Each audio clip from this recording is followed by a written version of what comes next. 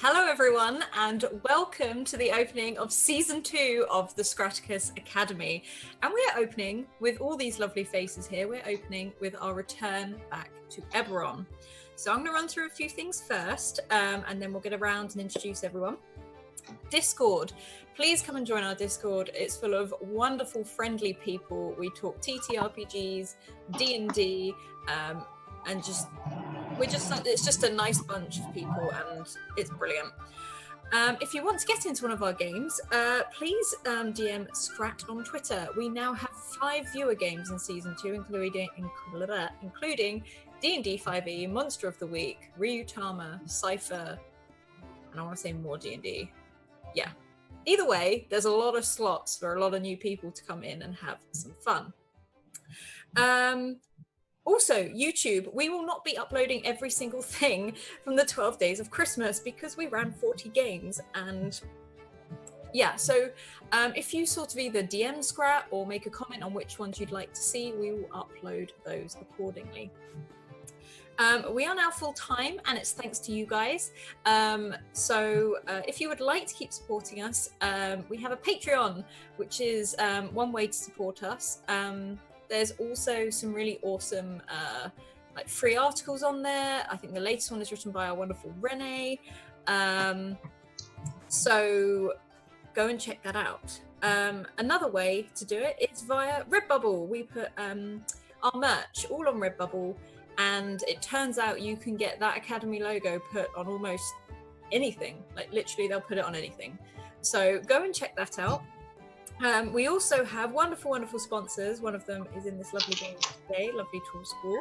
And that's in the form of Bird in the Storm. And the other half of that is Bird vs. Plane, who you probably saw on the channel over Christmas. We're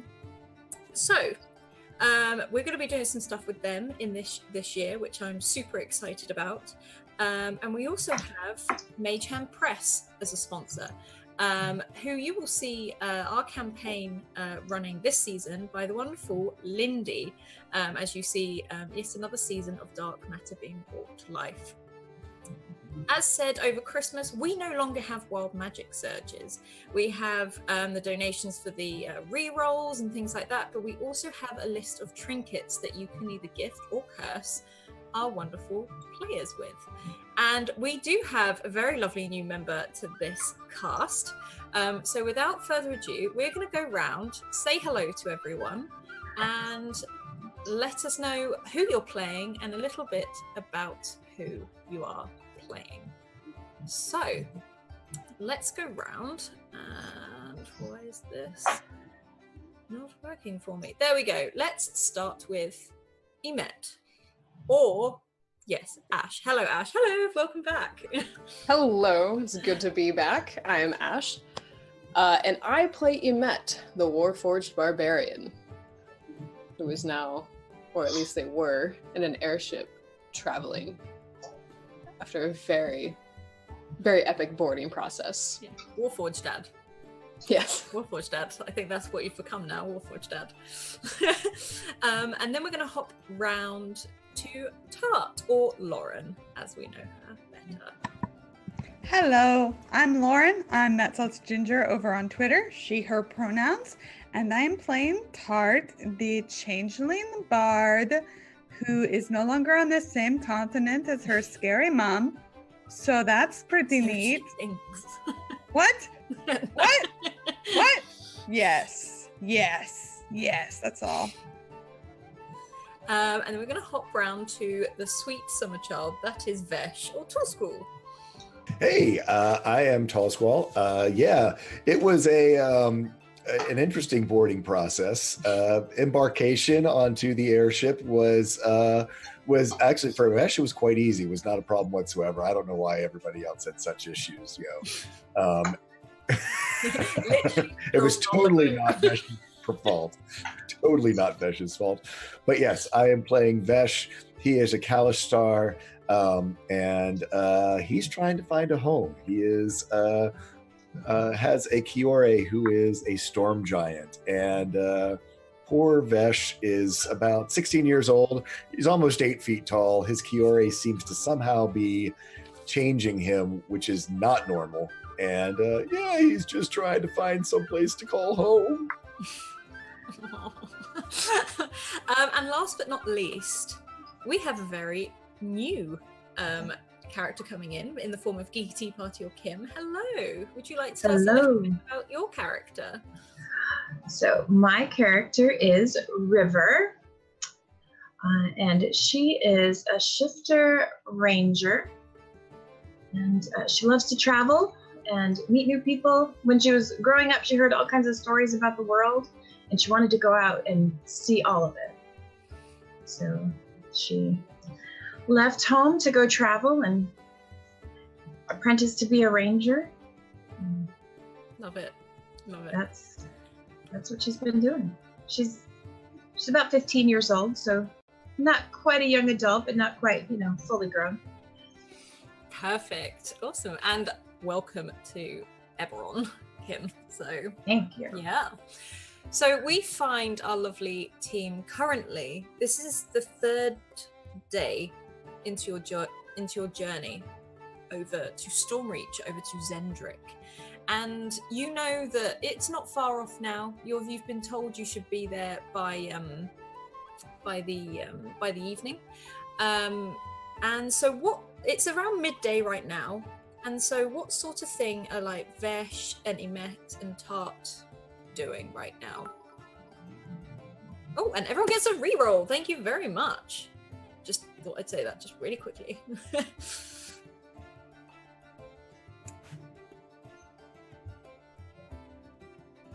Is anyone doing anything in particular on the boat? Vesh, you're muted. There you are. So seeing that, Vesh actually got us a pretty nice room because he traded this very nice dagger of the the something family. I know this. Of the Cannith family to secure his passage, and apparently was good enough to secure everyone's passage. And Tart might have had a thing or two to do with some of that as well. Tell me if I'm wrong, but I'm kind of seeing this a little bit like a cruise ship. We're kind of flying in high style here, which probably means that there's food aplenty. And so you would find Vesh, I think, very much in the galley area, and this is probably more food than he's ever seen ever, having lived pretty much off the land for 6 to 8 months just to travel to get to these major cities that he's been to. So he's probably the chef's best friend, as he's willing to try anything and everything. And he's an 8 foot tall teenager. He can put some food away. So I think he's made best friends with the chefs and the cooks, and hangs out in the galley, or can be seen walking above decks, probably always with like a to-go plate. Yeah, I think they probably adore you for that. They just, like, there's one in particular, a very round woman who thinks you need a lot of feeding up because you're very tall and lanky, and every day she just tries to shovel more and more food your way. And yeah, that should. And thank you. And do you think there's a little bit more of those sausages over there? Of course there is. And she sort of like starts like pulling like all these things just out of the larder, some of its cold meats and stuff, and she utterly adores you. She's a dwarf, so you really do scale above her, but it's the sort of woman you think I wouldn't cross her. Oh yeah, she runs the kitchen with an There's iron a ladle fist. tucked into there and you're pretty sure she uses Probably reminds me of Odie a little bit. that. Probably. It's Memories of got that same Odie, sort of who's going feel. to set him on his way. So I think there's probably some nostalgia there too. Oh, for sure. So, Vesh, you're sort of like, you leave the kitchen and you walk around up on deck with this, probably a plate of food, and you've probably got something in the other hand that you can... And a sandwich. Oh yeah, absolutely. And you're just Or like she makes wraps for me or whatever, Yeah, as you go. And what about Tart Nimet? As Vesh is walking across the deck, Tart has conscripted anyone who can even slightly play an instrument to play a nice jig for her so she can get her dancing in, because, she should be known on more than one continent, obviously. That seems achievable. So she is probably, if it's getting toward evening time, teaching the crew and any other passengers a jig. Yep, a Sharnish jig. That's what's happening. Perfect. That is a reroll for Tart from Lydia.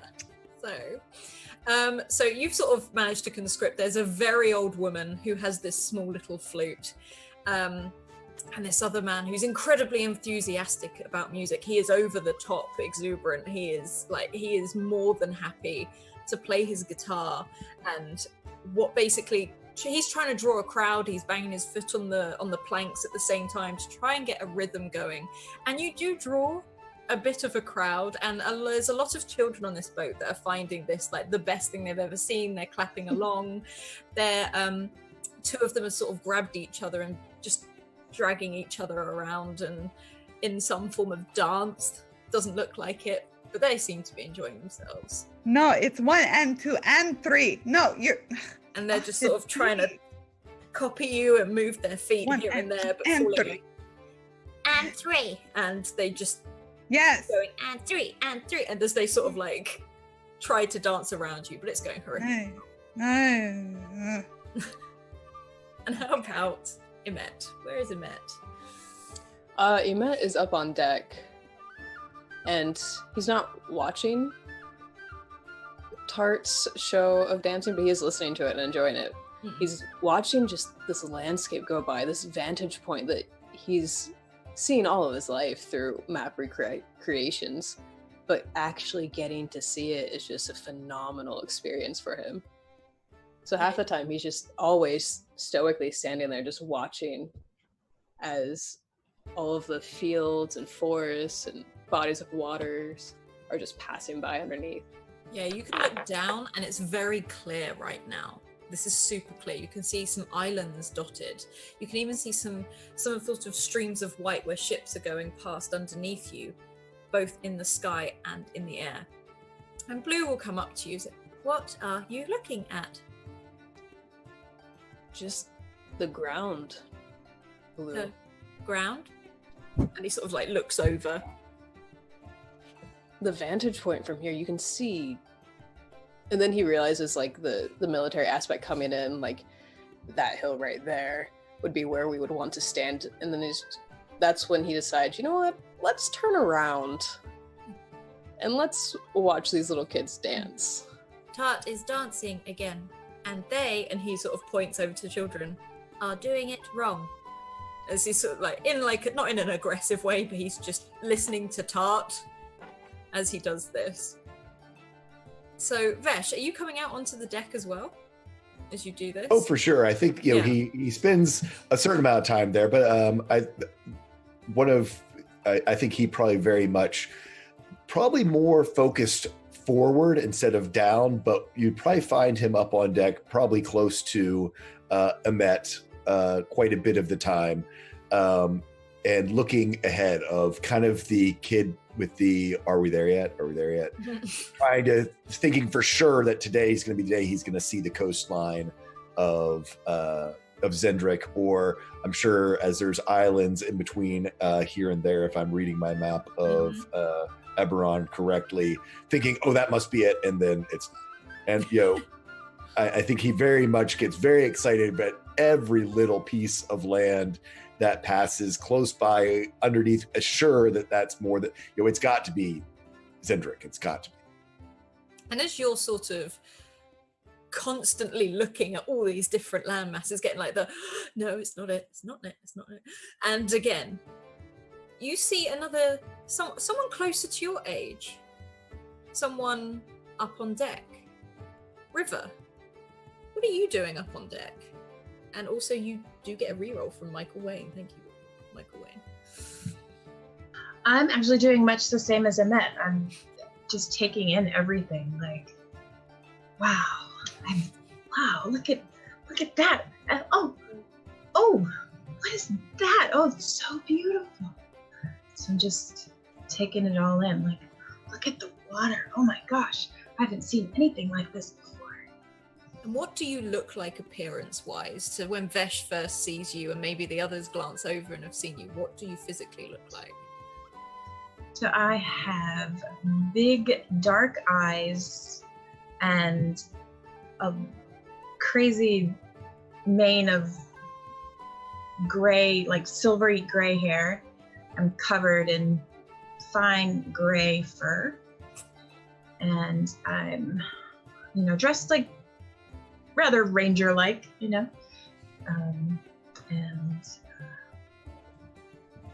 kind of, I've got, canine fangs, kind of wolfish, but, with the pointy ears. Yeah, so I actually think maybe Vesh you would have never seen someone like this before, or would you have done, do you reckon? I think it would be whether sometime out in in his travels across. I think it'd be pretty low chance of it though. Just he was trying to stay away from civilization, but he was also trying to stay out of the wilds. I don't know a lot about shifters, but I'm assuming, and especially you being a ranger, would have been sort of in the deeper forests where Vesh probably tried to stay far enough away from the roads to be away from bandits, but close enough to the roads to not just be out in the middle of nowhere.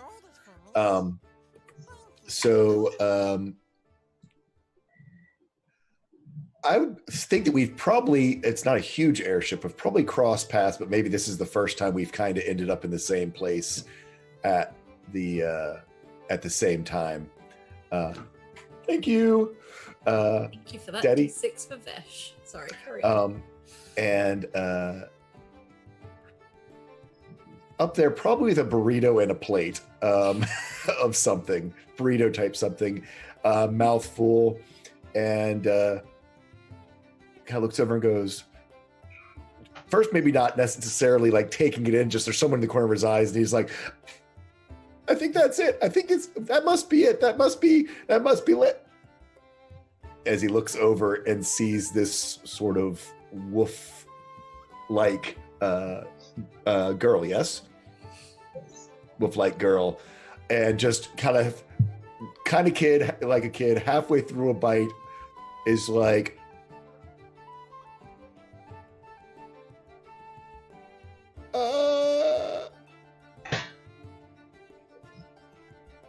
hi? Hello. Do you want some burrito? Awkwardly, and sort of shoving a very overstuffed burrito, half-eaten, towards you. I'll take it. Oh, that smells so good. Oh, down in the kitchen, the dwarf down there. She reminds me of my buddy Odie. Tell her I sent you. She'll make you one. Okay, thank you. Oh, I'm River. It's nice to meet you. Hi, River. Where are you from? And why are you a wolf? Are you magic? No, I was just born this way. Okay. Well, because I'm tall, because I have a Kiore storm giant, and so I'm sort of giant-y. And I was wondering if maybe you were wolfy because you were kind of had a wolf with you inside somehow. Yes, Tart, you can't see this. I never thought about that. Oh, and River's 6 feet tall, by the way. Oh, cool. So she's pretty tall too. I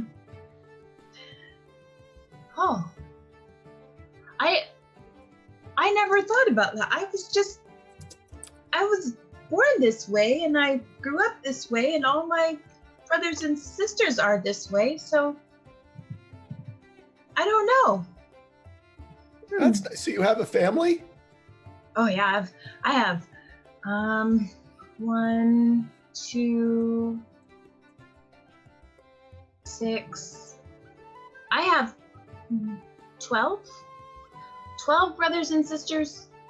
Yeah, 12 brothers and sisters. And we have lots of uncles and aunts and cousins. We all live in, the forest together. It was wonderful growing up there. Vesh sort of little mouth agape and then just sort of like, that must be nice. Oh, you don't have a family? Not yet. I'm going to go find them. That's why I'm going to Zendrick. Are you going to Zendrick? Oh, yes. I'm looking for some adventure. Do you think we'll find some there? I hope not. Oh. Adventure hasn't gone so well for me so far. Oh, I'm so sorry. Well, hopefully, if we find adventure, it'll go better for you this time. I hope so. Well, I hope you find your family. But if not, you can come share mine. They would love to have you. We always love to have more family. Well, that's nice. Well, I kind of have sort of family now. That's Annette, and that's Tart. Tart is staring daggers at you from across the deck. Hi, Tart. Blue waves back. This is my new friend. This is River. What She's did we like a wolf. say? That's very cool, Vesh. What did we say about talking to strangers? But she ate some sandwich, and so she's nice. Hospitality and all. You can't be mean after you eat someone's food. Matt kind of shrugs. It's like, I was listening. He didn't say anything too bad yet. I think about all the times my family has poisoned someone with food, and I say, uh-huh. Cool. Oh, but that's not very hospitable. I thought it in my head. Oh, think about, sorry. All my thoughts are very loud, though. I'm going to go over. I tried to get the orchestra to stop at the same time, but we're still working on it. So I'm just going to prance away and go over to everyone else. I sort Hello. of whispered to River, she's very talented and very sneaky. Your dance was very lovely tonight, Tart. Oh, Emad, you're so nice. I haven't seen you in so long. It's been like an hour. In a whole hour. I stroke his moss beard a little. And I shine it up with some prestidigitation. There we go. Thank you. Blue doesn't understand why you're doing this, so he sort of reaches out and strokes like Emet's beard as well. And Blue, reaches look at for this. its own, but not really does anything. Maybe when you're Nothing. older, Blue. Yes. Oh, they grow. I Right. think I'm getting a whisker. No, that's just some Oh, schmutz it's some from the sandwich. sandwich. Okay, sorry. Yep. But we've got a lovely reroll to River from Mad Rogue, so thank you. And also, we've hit 10 retweets, so we get our first trinket. Woo! So I'm going to give everyone a Not the number. worst part hands. Oh, there we go. Have a look. So, Oh, shit. let's have a look. Vesh 1, Emet 2, Tart 3, and River 4. So,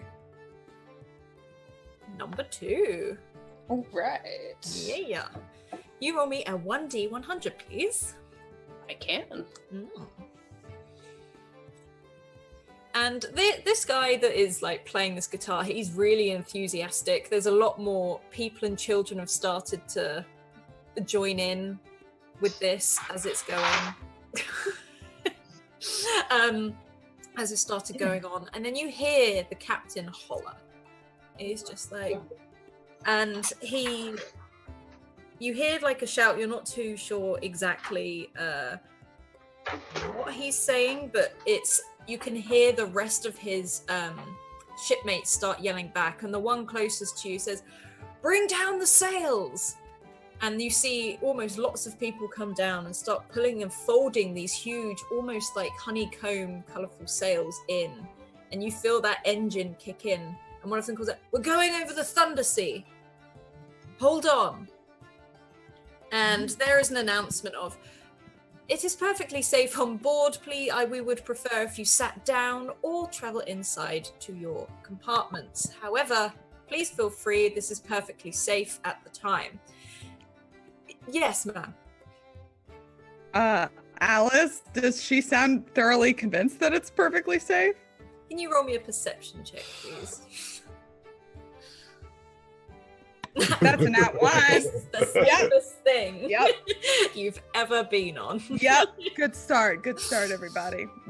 Yeah, and you can feel these engines kick in, and it's almost just like a boost. And you can feel like, you know, when a train goes to a halt and you have that slight jolt, you've got that as it starts to take off. And you look out in front of you, and Blue is like, Emet, look, vantage point. And you see black rolling clouds coming in towards the ship. And you can see static and lightning. And if you look down below, it's almost like there's an energy field, like the actual lightning is swimming across the sea itself. And the captain you see him just readjust his hat and starts, so you can see him take quite a firm grip on this, but he seems to know what he's doing. And you feel this gush of air and this wind as you can feel it on your face as the rain. It's not heavy rain, but you can feel that moisture on your skin as you start to pass through these clouds. Vash is running to the front, up on deck, to the front. He grabs on to something tight, as he knows he's not the most graceful person, but yeah, he wants a front row seat for this. Yeah, Emet will follow you. This Yep. is pretty cool. Yeah. That, and you could Okay. fall over. This is very safe. I've read about this. And you sprint to the front of the ship, and you look out upon this almost blackness, this dark grey cloud. It's like all the sun that was there from earlier has just disappeared into this grey, almost mist-like sort of, you can't see anything beyond this. And as this happens, these clouds start to crackle with thunder. And you can feel the static in the air, particularly you, Vesh. You can feel it in your fingertips. And can you roll me a perception check, please? Yes, I sure can. 22. On a 22, you look out and there's that flash of lightning. And for a second, you can hear that rumble in the clouds. And you swear, just for a split second, that cloud resembles a giant's face, one that you recognize, as it almost sort of lurches underneath the boat. Vesh just is smiling ear to ear, and I think probably, you know, as he has that really sort of fine bowl cut of hair, it's probably, if there's enough static around him, probably he's generating a little bit himself right now. Starts to kind of, you know, so he kind of looks like his own little personal Van de Graaff generator there, and he probably starts to laugh and just is like, while he might not actually verbalize it, is just like, I'm coming home.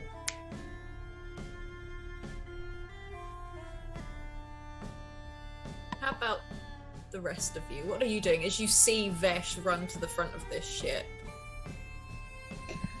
Tart kind of follows behind him, but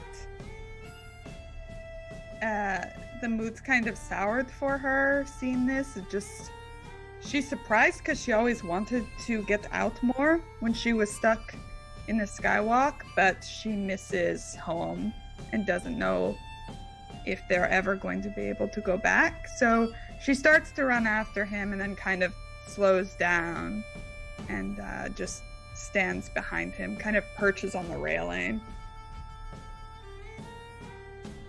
Emet is reminded of the sword bridge and the moment the Vesh and all of them shared on that, and kind of is getting that same feel for a little while as they're all getting to witness this great phenomenon together, and seeing Vesh's excitement, and that kind of bleeds into him, and his eyes just get a little bit brighter as he also starts getting really excited just to see the power of the storm around them. Yeah, Vesh is probably turning back and just like, do you see it, Emet? Do you see it? It's Cindric. This is cool, right? This is really cool. River, can you see? Yes, that is. Wow, that is. Just sort of like a husky's tail if they get on static electricity, just sort of. And you feel like the ship is rumbling. You can feel it from side to side, and this is starting to get almost deafening. Like you have to shout at each other. And you can hear the captain yelling to his like first mate. But otherwise, the boat seems pretty steady. Don't worry, Tart said it was safe, and she knows everything. Yep. Yes, I do. I am a lore bard. And Blue steps forward, close to Vesh actually, says, "Did you see the giant?" Yeah, I did. Did you see it too? A face, yes. There was a giant? In the clouds. Yeah. Did you not see it? It was in the clouds right over there. Like, you know how you can see like a dragon in the clouds or other. It was a giant, and I think it was Ulgora. I do. You're a giant? My giant. Isn't he inside you? Well, yeah. It's a sign. Vesh says less confidently. Emet concedes defeat and she's like, okay. Yeah. A good sign? Oh, yeah. Okay. Right. Did we decide the giants were good? Emet is undecided. Well, I know Ulgola's good. And just like people, some people are good and some people are bad, right? Right. We'll just find the good ones. They'll be my new fan.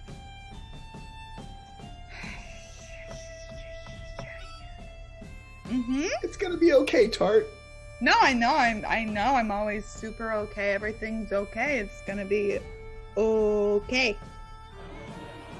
Just like everything is You want to borrow Frederick? You don't look like you're okay. But he is kind of yours. What? You don't want them anymore? No, just for now. I'll want him back later, I'm sure. Okay. But you can borrow Frederick. No, I'm fine. I'm totally an adult. I'm definitely much older than you. Suddenly there's this absolute downpour Whoa! of rain, and it's like you're hit by a bucket of water. And you again hear the captain reach out to his men, shouting words you can't really hear over this storm and this rain. And Blue walks up to Emet. The clouds are thinning. I guess we're almost out. And he sort of points in the direction. He said, Emet, I saw a different kind of giant. Then Vesh did? I didn't mean like his giant.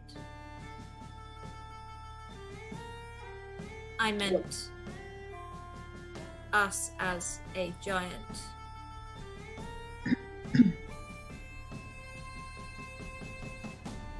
At that, whatever emotion Emet was projecting, it starts to go blank as things are much more serious and dire. Blue, you have become very observant. I'm proud of you. Tart watches everything. If I am to look after Tart, I must also watch everything. Very true. Blue, you are very smart. Thank you. I am learning.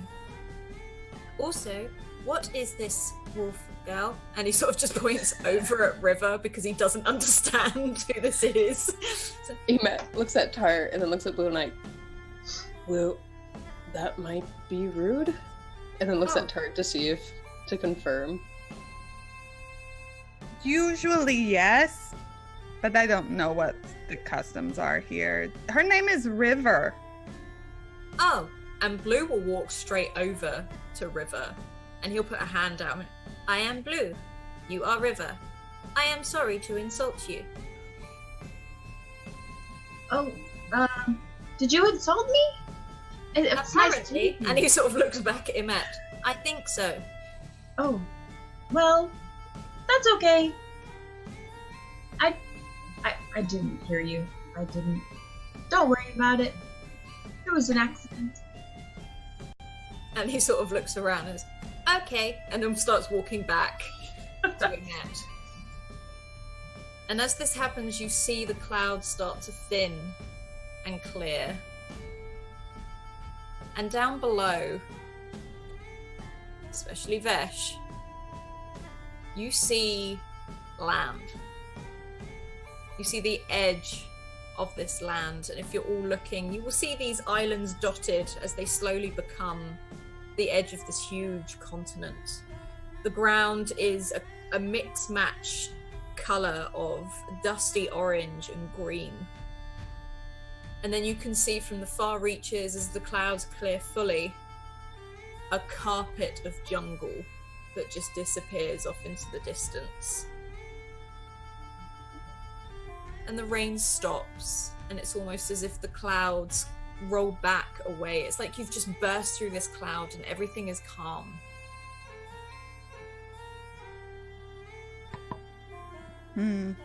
Jungle. That looks so fun to walk through.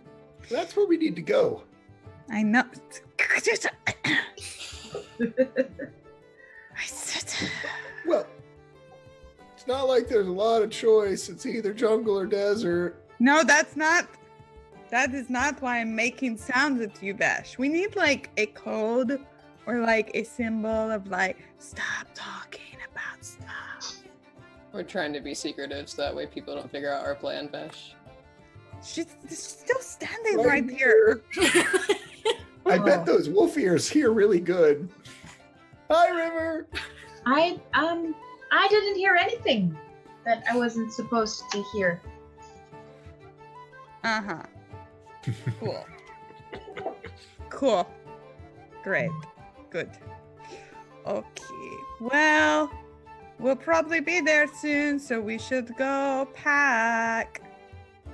Or something. And you can feel the ship dropping, like the altitude is coming down, and this captain is just like started pulling his coat off and his hat and just it's sopping wet as he's dropped it on the floor. And he's sort of takes a stretch and he's just like 10 minutes to landing, and you feel the whole ship as his men run and flock towards the main sail and just all heave as these huge sails come back out again, glowing an orange. And you feel that as they fill, and you start to turn, descend, and start to head down towards the edge. And you can see a city below you. It is buzzing. It's full of towers, it's full of markets, you can see it's a fairly dusty sort of town. There's lots of docks down below, both airship and normal ship via the sea. And you can hear him sound a horn. He goes, Stormreach. Tart, it'll help. I don't want to have to go change because I don't want to miss anything, but I'm soaking wet. It'll help. All right. I'm going to take my time prestidigitating him and shaking my head at him. Also, Thank you, Tart. He keeps looking away and keeps. I'm over here. He's like, totally like handing the part of this cloak. Vesh, you bring it out first. Do you know how long it takes to prestidigitate something dry? Like a whole outfit? Bring it out first. I'm going to blow dry my hair. Hey, but I don't want to miss anything. Oh, you should shake. You should shake. It always helps me. You Do just not shake on me. I was gonna say, I know, Vesh all of us are probably stoked again.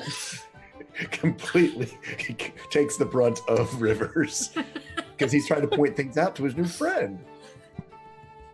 I wonder if they've got flatbread there. Have you ever had a sarsaparilla? Sarsaparillas are really good. It's really great. They got all kinds of those. That's where we came from. We had some sarsaparillas. I'm hoping they have them here, and then some flatbreads, and maybe some no things to try too. This shit. Oh, it's hard. I'm all wet again because River shook on me. Yeah, Vesh is a mess. He is just a complete kid on Christmas morning. It's 3 a.m. and he's waking up his parents. Emmett. Vesh. Emmett. Vesh. Did you see? But right over there, I bet that's where we're going to dock. Do you think we're going to dock on that one or that one over there? What And there's about another that airship and another one. That one's really long. I wonder what's carries on that one. Oh, I wonder if that one's like a warship airship. What do you call Emma? What do you call a warship airship? And then he moves on. During all this, Emmett is going to, before they get too far down, just take in all the land around them and all like the vantage points and the landscape. And when they get closer, the same thing with the town, so that way they can get a good idea of what they're about to go into. Yeah, can you roll me a perception check, please? Emmett?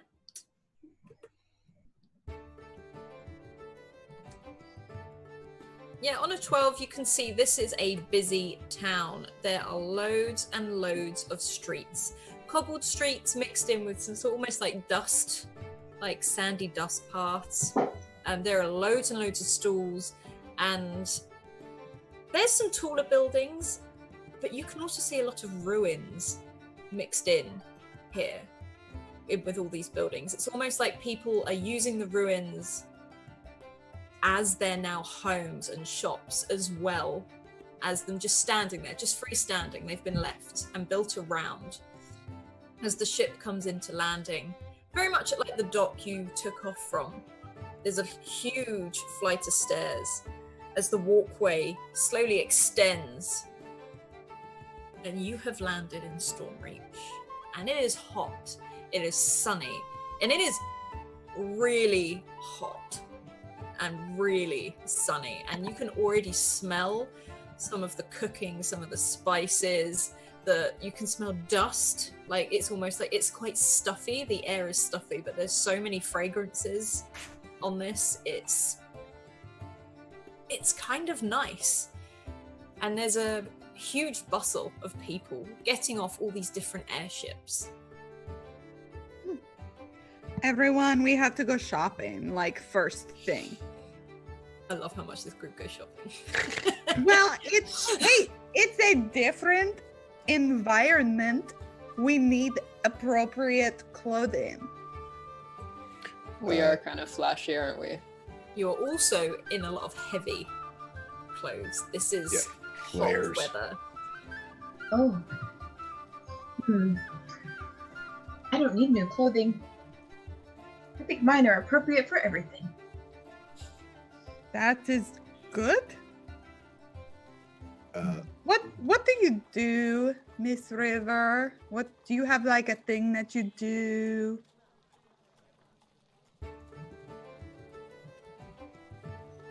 Like, do you mean I can smell things?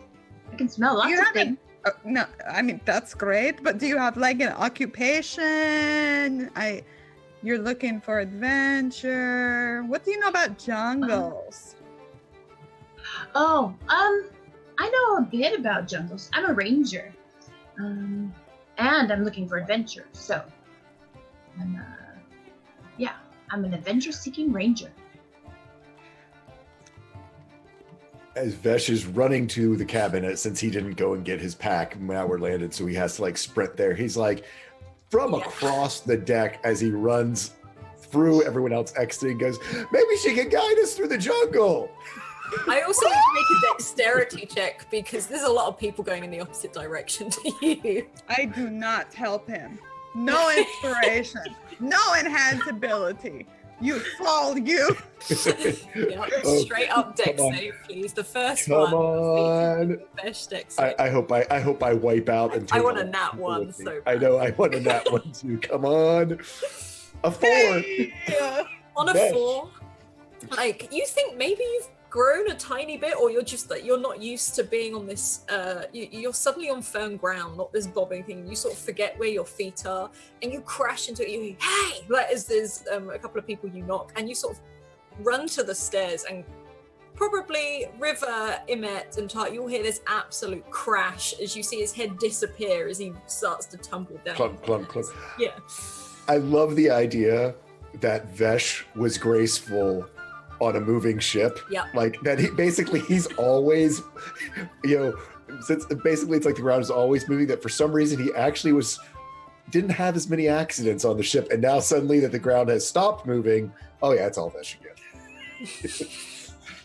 And you hear him crash, you see that little, like, that rough scruffy hair just disappear behind this crowd as he tumbles down the stairs. Metal plate doing the wong wong wong wong wong wong wong, and once it finally goes, you hear the sorry, and you can hear a couple like, oh for God's sake, like as they sort of like start moving themselves out of the way.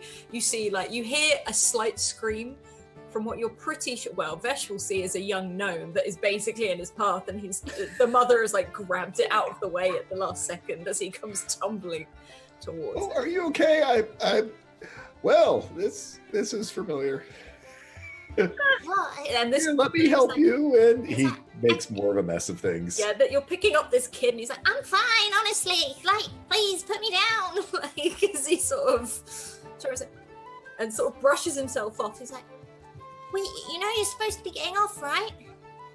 I forgot. I gotta go get my bag because I wanted to see as we came in, and I didn't get to get back up that way.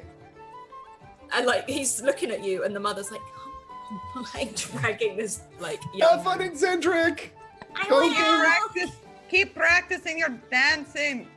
And as you see this kid do a little like dance on the way off when he sort of and 2 and 3. Yeah.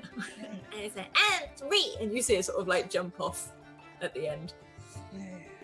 But Vesh, you can run and get your bags, and you can head back up to the top. And you met Tartan River. You see him come dashing back up. Whilst everyone else is almost off the ship now. You can see the captain is going through all the cabins to make sure everyone is off. And there's the huge platform, and you can see this young woman stood by the edge with like a clipboard, very much like you saw when you were going on, just double checking tickets as you get off. Great. Tart hands her bags to Blue. Wait, did I have bags? Yes, I've decided I did. Somehow I had a bag. Somehow and I hand yeah. No. And I hand it to Blue, and I'm just going to stride past her, probably talking to the river. Yeah, she's like, No, I don't need one. No, oh, okay. No, I don't need one. No. It was just to take your ticket. No, I don't need one. She's sort of like, it's not worth it. Yes, hello. And she looks over to like Emet. She's like, could I see your ticket, please? And then she suddenly realizes who she's talking to. I've not seen a Warforged in many years. Warforgers don't get tickets, apparently. He doesn't need one either. He's with me. And he looks back at you. I guess you better go then. It was nice talking to you. Emet walks away. And as you do this, there's some like almost like sea creature-esque type things scurrying about on this platform, and one of them crawls up your leg, up across it and underneath your beard, and then pokes out to have a look. And it's an almost robotic little crab, as it's sort of just sitting on your shoulder and starting to almost like make a nest in this beard of yours. Emet just lets it happen. I'm sorry, they tend to do that. So you can just flee, like there's one that she's like, ugh, she gets rid of it. I assume they're cleaner than squirrels. I have not seen a squirrel, so I would not know. And you, so River, did you walk off with Tart? Because Tart was talking to you, wasn't she? So you've sort of again bypassed this. And Vesh, you're hurrying off after Emet. First thing, I think Vesh probably did a quick run by, like across the top of the deck, down into the galley. I assume the dwarf, anticipating, probably has a little to-go pack for me. Yeah. I knew you'd know. And he grabs it and runs back up. And he actually does have a ticket from the room assignment that he was given. And so I have a ticket. And so I come out. know. I have my ticket and I have my little to-go bag and my pack. And I'm just like, I had the best time. This was the greatest thing I've ever had. Y'all were so nice to me and it's just so great. And thank you so much. And he's probably stumbling into her as he's talking. He's like, that's all right. Fine. And you can see the cook come up and just sort of like waving. Bye! She's like, she's just sort of like mouthing the words. You can't hear it because she's sort of going, don't forget to eat. Like she's sort of like, as she's. I won't. She hands something to one of the younger cabin boys as she disappears, and he runs up and holds out this like sort of scarf, which has got like a sandwich wrapped in it as she disappears. She knows me so well. As I'm walking with River, I turn to her. River, just between us girls, do you have any like secrets I should know about?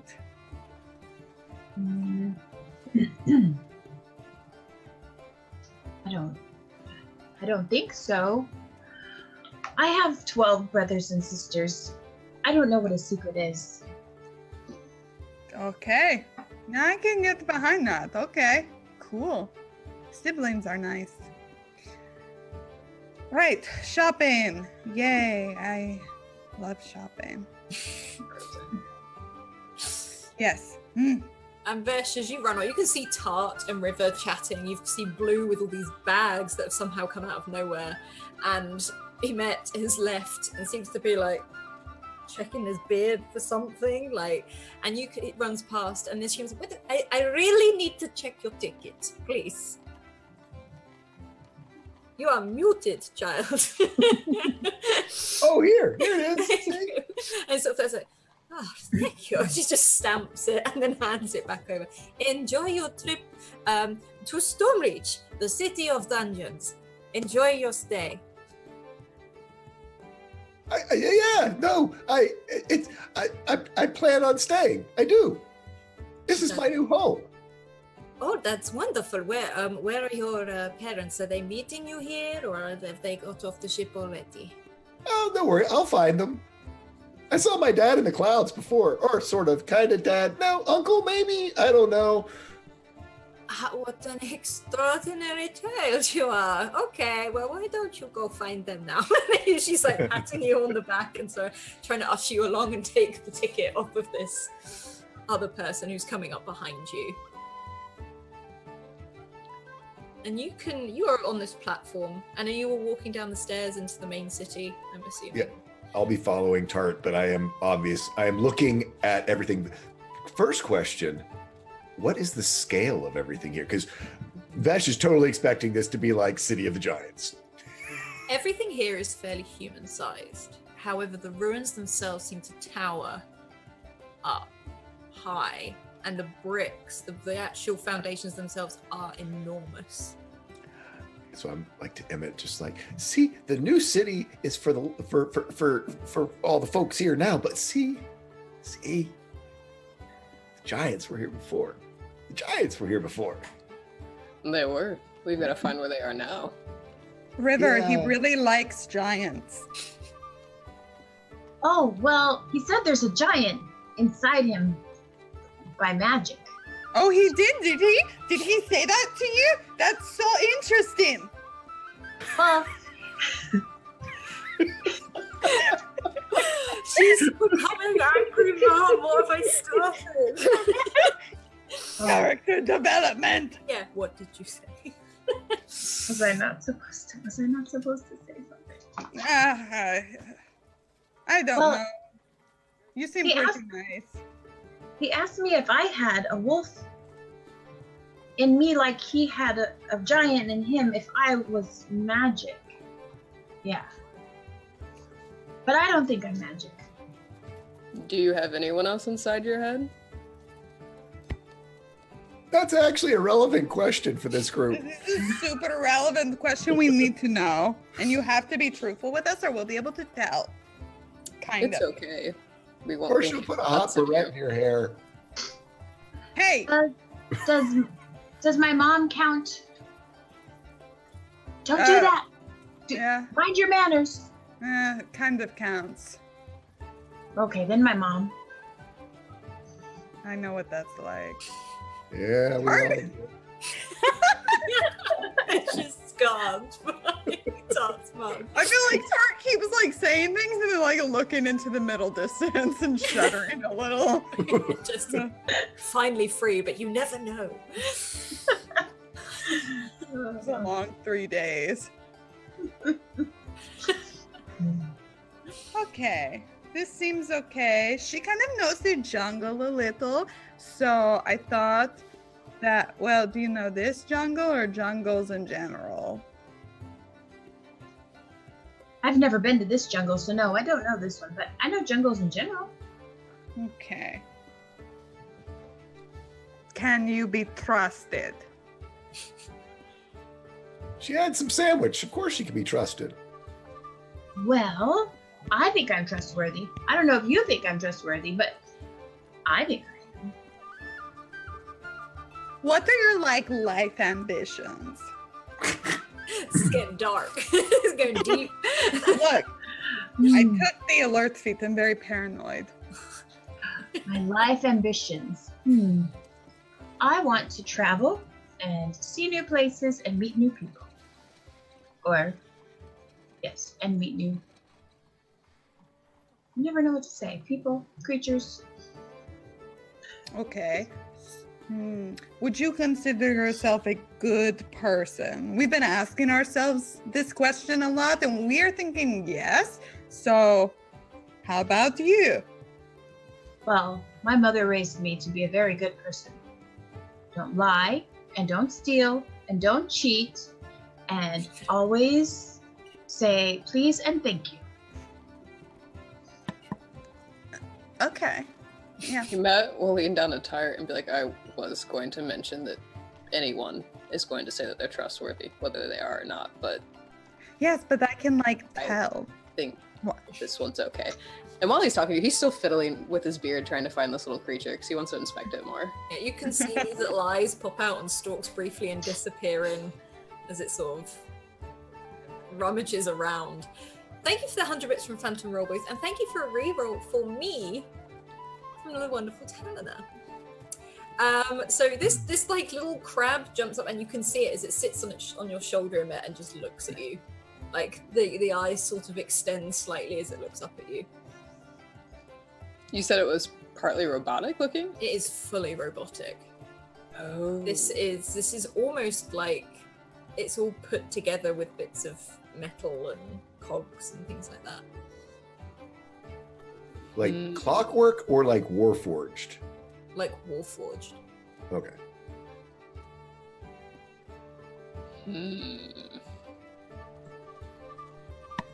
And it sort of like takes out this claw and it starts tapping on the metal bit of your shoulder and then tapping the top of its head as if it's trying to compare the sounds, trying to work out what you are. Emet will try and capture it, like just hold it in his hand. Yeah, you can pick it up and its legs sort of hang until you put it in your hand. And again, it looks just up at you. It does a little sort of turn with all of its little feet and you can hear that clanking against metal as it turns to look at you again. And then Emet will show it to Blue. Like, what do you see, Blue? And Blue's looking at it now. Crab? A normal crab? No. Why does it look like that? That's a good question. Blue's like poking it slightly and it's trying to fight back at him as he does it. A long time ago, I would say, because it's a spy, but now I don't know. And can we keep it? For now, and I'll set it on Blue's shoulder. Yeah, and it sort of sits on Blue's shoulder. It looks slightly disappointed because there's no beard here, but otherwise it does just sort of perch itself up in the sort of just like the arch here. And you reach the bottom of these stairs and you're surrounded by this city. the ruins are almost like knocked down archways. So the arch goes all the way up. And as you look up when the clouds move, it looks like it's wobbling. It's not, but it's that feeling of how high these are. And there's huge pillars coming out of the ground.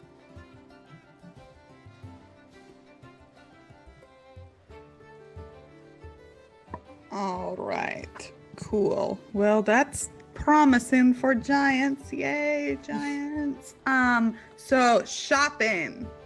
Good. Then we probably need to find a library, actually, because we have no idea where we're going. And all around, you can suddenly see that just by stepping a few more steps, you are thrown into the hustle and bustle of this place. And there are lots of stalls with huge bowls with piled up like of bright orange, bright red, these herbs, these spices, the sort of almost like a turmeric sort of color. And this is all brightly colored. Everything here seems to be bright, including all the awnings. The people are dressed in very bright colors and a lot, again, in almost like summery, floaty, or just a far less clothing than you're all wearing right now. And you're probably starting to feel the heat of all this quite a lot. But you hear lots of friendly chatter and just lots of talking and socializing and lots of people haggling at these sorts of places. And you will look around and a lot of people are looking up at Emet and Blue. Some of them back away a little bit, but not like fear, just like sort of get out of their way. But around you, there seems to be mainly human people. This is a lot of just humans, with the odd elf, the odd gnome, and the odd dwarf here and there.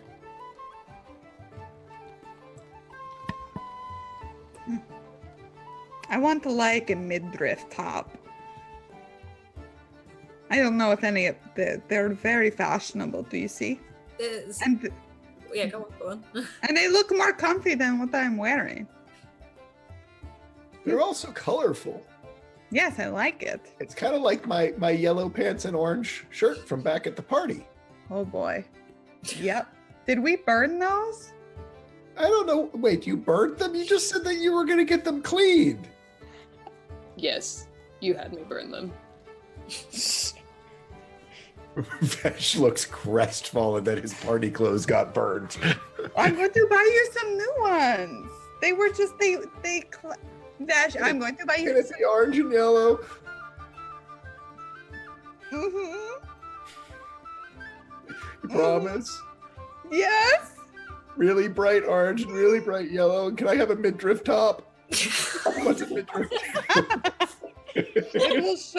Do you have abs? I don't want to pull up your shirt. Do you have abs? He's got those, like, he's so lean because he's so tall. I would say he kind of has those. He has a flat stomach. It's probably not abs, but okay. Yeah, he's like a growing 17-year-old. He's got like that flat, not washboardy, but just again, he just got no fat on him. I mean, like, you can wear whatever you want for whatever body shape you are. I was just wondering if you wanted to show off that area in particular. But yes, you can have a midriff top. I didn't really know what one was, but you said they looked fashionable, and They do, and now we're going to have matching midriff tops. So you're getting an orange one too? No, I'm getting a turquoise one. Okay. Damn it! Vesh hears the tone and just like. I'm sorry, it was a long trip, and we were all in the same room. Okay, I'm just a little frustrated. Blue's looking at Emet like if there was fear in her eyes. Yes, we should buy me a drink. Yes, maybe they could give you a drink. Drinking and shopping, it'll make you feel better. It will. It will. Blue, find us drinks and shops. And he goes, of course, and he just drops all the bags and starts running down the street. I'll pick up my bag. I can carry that if you want me to. I'm sorry. No, it's fine. I know. We should follow Blue because there he goes. Yeah, okay. Blue is like heading. Okay. And you're walking amongst, it's almost like the streets get tighter and tighter, but not because the walls are closing in, because of just how many clothes and spices are all being like, and all these different things that are being sold, carved like bowls, ornaments, trinkets, all of these things just closing in. So as you're like trying to follow Blue, it's like you're moving between clothes as well. And there's lots and lots of washing lines draping off of these ruins and other buildings. And yeah, Vesh, you know what's going to happen. I knew it. I was pretty sure at. I was pretty sure at moving through cloths and stuff. But once you said washing lines, I knew that I'm doomed. Come on, Vesh. 12. Oh, yeah. Unless I have disadvantage. No, I think it was just a straight up. You've given yourself enough disadvantage of the minus numbers. But you sort of, you're like as you're so tall, you're tangling in them, but you're not getting caught. You're sort of pushing through out the way. And these are beautiful bits of cloth. You can see almost like harem pants, like loads and loads of these brightly colored style outfits, all being like this. It's almost like they've been pulled across, so you have to walk through them, so you have to see them, and you get tangled a little bit, but you can see Blue walking ahead further up. They're really shiny. And did you feel them? They feel nice on your face. As I'm like walking through and can't help. It's like as I untangle one from my head. And yeah, like you will all look up as Vesh is being tangled. You can't really see his head, like he's in the clothes because they're hanging so low. But there's a lot of like, it's very detailed, intricate work. There's a lot of silver and gold thread woven into these to create patterns as well. And very much like the magical weave you saw in the city before, you can see almost like what looks like a huge cat or something that has been inlaid with gold thread, but it's running around the material.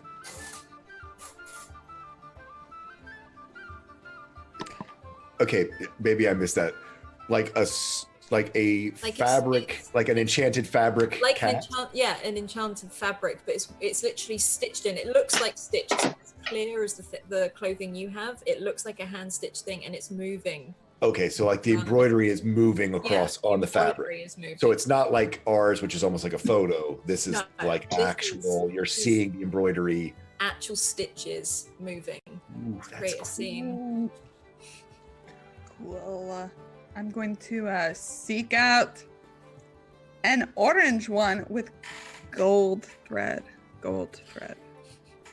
You can like, as you're like trying to get Vesh out of this mash, you sort of pull back, and you can see a lot of bright orange material. Actually, there's some with silver thread, there's some with gold, there's some with red, there's some with yellow. And there's lots that are moving, and some that are just staying as they are.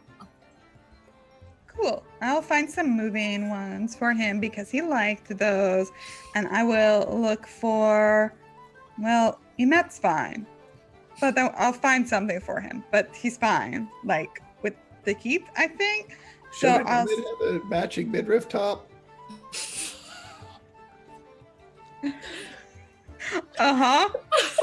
That could be our group uniform. It's like squad goals. We'll be like a gang. We'll be like a gang. Okay. That'd be the most adorable gang with the most like pissed off leader. I love this group. I miss this group so bad. Okay. I find like a dark River too. Blue. Okay. 15 seconds. Sorry. Okay. So I find the orange and gold for Vesh. I find dark greenish blue for Emet. I find like something kind of silvery for River. And I find me like turquoise so I can look like Princess Jasmine. And you've got this elf sort of ducks under there. Can I help you with something? I'm looking for midriff tops with the enchanted fabric in these colors. Oh, okay, fantastic. Follow me. And you sort of have Thank to duck under all of this material, especially Vesh and probably Emet, as you duck under and you sort of tuck into this, what looks like it was once the tower, but you can see wooden planks have been put over the top to seal it. And this tower goes all the way up, and you can just see two huge ladders, and all of these clothes almost just completely adorn these walls. And she's like, do you fancy anything in particular? Other than the colors, I mean, we have animals, we have stars, we have suns, and he starts like putting things out. We have people, it's like, and we've got a bit of a touristy one, but I'll show you anyway. And like he sort of takes it down, and it's almost the way I can describe it to you, all of you. You know, the Aztec type artwork, sort of. It's like that, but it's of giants walking around the bottom of the trousers. Oh boy. It's mainly for the tourists now, I know. No, we need that one. We need that one for him. Because yes, all you see is Vash as soon as he comes out. It's like, oh, the boy wants, okay. And he sort of looks at your size and goes, 1 moment. And then swings the tackiest like, one. these like stairs, like this ladder down. It's like, oh, and she sort of starts walking all the way up to the top of this tower. Now, this is high up. And she sort of sits out and is like, yes, I'd say that's pretty good. Is there anything else you want while I'm up here? I've got a turquoisey one. Which what would you like on it? Oh boy. I don't know. Do you have people like dancing? I've got silk dancers. Yes. I've got silk dancers. Okay, I'll grab those. And like she's sort of piling these over her shoulder. Oh my gosh, I want blue and white because we're totally even more like the Wizard of Oz now. Yeah, you can have blue and white. Thank you. I need the red shoes. Thank you. And sort of start like coming back down the ladder. And what about this one? This friend of yours? And looks down at River. Like it was Silva, wasn't it? Yes. Silva, what do you want? What do you want on it, River? Yeah, River, little one. What would you like? What pattern would you like? You're muted. Do you have any wolf spiders? Wolf spiders? Spiders, yeah, wolf spiders. Okay. She's just like, yeah. And you see her digging like down from the back and picks up some like these trousers that have, it's not lots of spiders, it looks like it's one that just seems to trace around. Does it leave a web behind?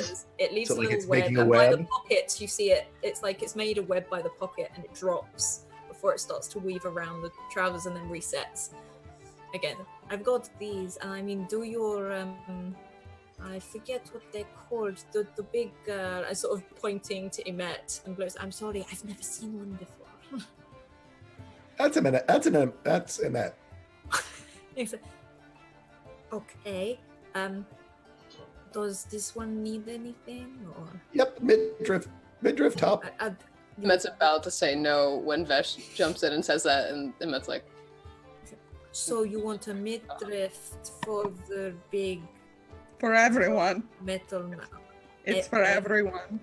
And she looks at you like, okay, this is. Because they look really good. That's what Hart said.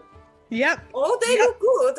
I've never seen a what do you call it, a squad before wandering around in. Yes, okay. Yep. I told you C-Tart will be a squad. I need alcohol. Yes. But there's a fantastic cafe tavern type thing down the way. You'll absolutely. Anyway, you see a sort of. She kicks to the side, and the ladder almost becomes like a slide, and she just like whoosh, straight down to the bottom, and over to the desk, and puts it over. I'm at trees or squirrels or crabby things. maybe for here, crabby things are more important. Do you have crabby things? Where's Blue? Blue, you just see duck through and goes, "What?" As he sort of ducks his head under all these curtains. Show the lady Emmet's new friend. Oh, and he just sort of like reaches back and pulls. Here. And she, oh, well, the group keeps getting bigger. Okay. I don't have to make anything for that, do I? Like, it looks at the crab type thing. It's like, Oh, not for the crab, but I don't do mid-drifts in that size. Blue, do you want a midriff top? It might interfere with my arm, and you can see where it's still slightly Oh. clanky. Maybe we could paint your chest plate. It'll look like a midriff top. We can do that on our own. Oh, okay. Sorry. No, that's fine. It's a good idea. And they start pulling all these things out, and for Emmet, there's like this really deep blue midriff type thing, which is sort of fitted to you, and there's lots of bright orange crabs all over this that sort of twitch every now and then, but not really. They don't crawl over you, they're just sort of like every now and again, like their pincers sort of open and close, and it's really weird. You can hear the clicking of their pincers opening and closing. So you can't turn that off, just tell them to stop. Huh. Fascinating. Okay, that will be it. You see her start going through everything and tallying it all up. Be 6 gold. Oh, okay, sure. Do you have pants that would match my top? Oh yes, and she sort of just reaches over to like, and you think it's just one item of clothing there, but it's like she pulls it out of the wall and pulls this whole rail across. There we go. Try that on for size. Okay. Yeah, I'm going to slip it on. Yeah. It's like, you look fantastic. I do. Yes, you do. She looks a little sad again, like into the middle distance. Yeah. It's so weird. Like, yes, I do. I Right. think that is her fine face. Yes, I am fine. I am fine. Do you have shoes here? Yes. Oh well, actually no. My friend does it next door, but just go through that door Cool. there. Perfect. I pay the good lady and I walk. She's like, across. thank you, and sort of takes it. Just through there. Perfect. I'm going to look for ruby slippers. Not even joking. And you can open this small doorway, which Vesh and Emmet will definitely have to duck under, but Tart and River you can just slip through. And it's almost a very similar tower. In fact, it's joined by this tunnel, this stone tunnel, and very much like all the clothing going all the way up the tower. This is just shoes all the way up, all different shapes, all different sizes. There don't seem to be as many magic weave ones, but there's a lot of them are very much walking boots, or they are very beautiful. They're all it's literally everything. Hello. And from behind the desk, another elf pops up. Oh, hi, hello. Do you come through next door? Yep. Oh, okay. You must have been one of Sarah's lot. Okay. Yeah, come in. Great. And he starts pulling these stools. If you want to sit down, that's fine. Can I get you anything? Yes. Okay, this is very weirdly specific. I need red shoes that look like super like shiny. They need to be super comfortable and like maybe good for walking in the jungle too. Shiny to walk in the okay. Yeah. So, right. This elf has very almost white blonde hair. As he's and he picks out a blue pair, which look almost like fairly walking type, but they're very pretty. He puts them down. He goes and just taps them, and they turn into a shiny red sort of color. As you just see this color sort of lick over these shoes. Try those on. You. What about you? And looks over to River. Do you need? And sort of looking at your feet. Are your feet almost wolf-like as well? Yes. Yeah. He's like. I've never made shoes for feet like that before. I've never worn shoes on feet like this before. Oh, will you not be wanting a pair? No. I don't think I would like shoes on my feet. I like my feet the way they are. And very nice feet they are too. Like, and he sort of like looks over, and he sort of looks at Blue and Emet, and is like, "I'm guessing no shoes for you."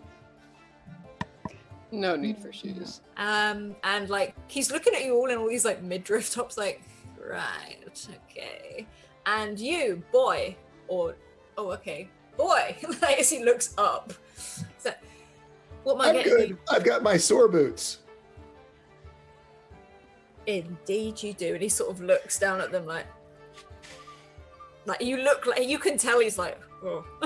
He's not impressed by these shoes. Just me then. Just me.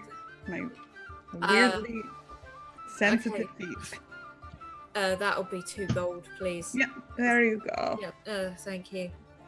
You're gonna look so fancy, Tart. Thank you. I'm going to start braiding my hair. Yeah. I'm just going for it. Vesh has got it in. He's got something. Got it in his mind to get to the tavern or the cafe tavern that the. Sarah said there's a really cool, nice cafe thing. Oh yeah, you're gonna want that. If you head back, further back down the way, you take a left, and where one of the old main ruins are, it's an awesome cafe. It's really, really awesome. Yeah, you want to look for the Dust and Barrel. Dust and Barrel near the ruins. Ruins and Barrel near the dust. Okay. They have more burritos? Yeah. Yeah, just basically keep going forward and then hook a left and you can't miss it. Great. Perfect. So as you duck out back into all this, all these like materials and clothes again, you can smell these aromas of spices, this hot weather, but you feel a lot cooler now. I think Emet, you feel pretty much the same.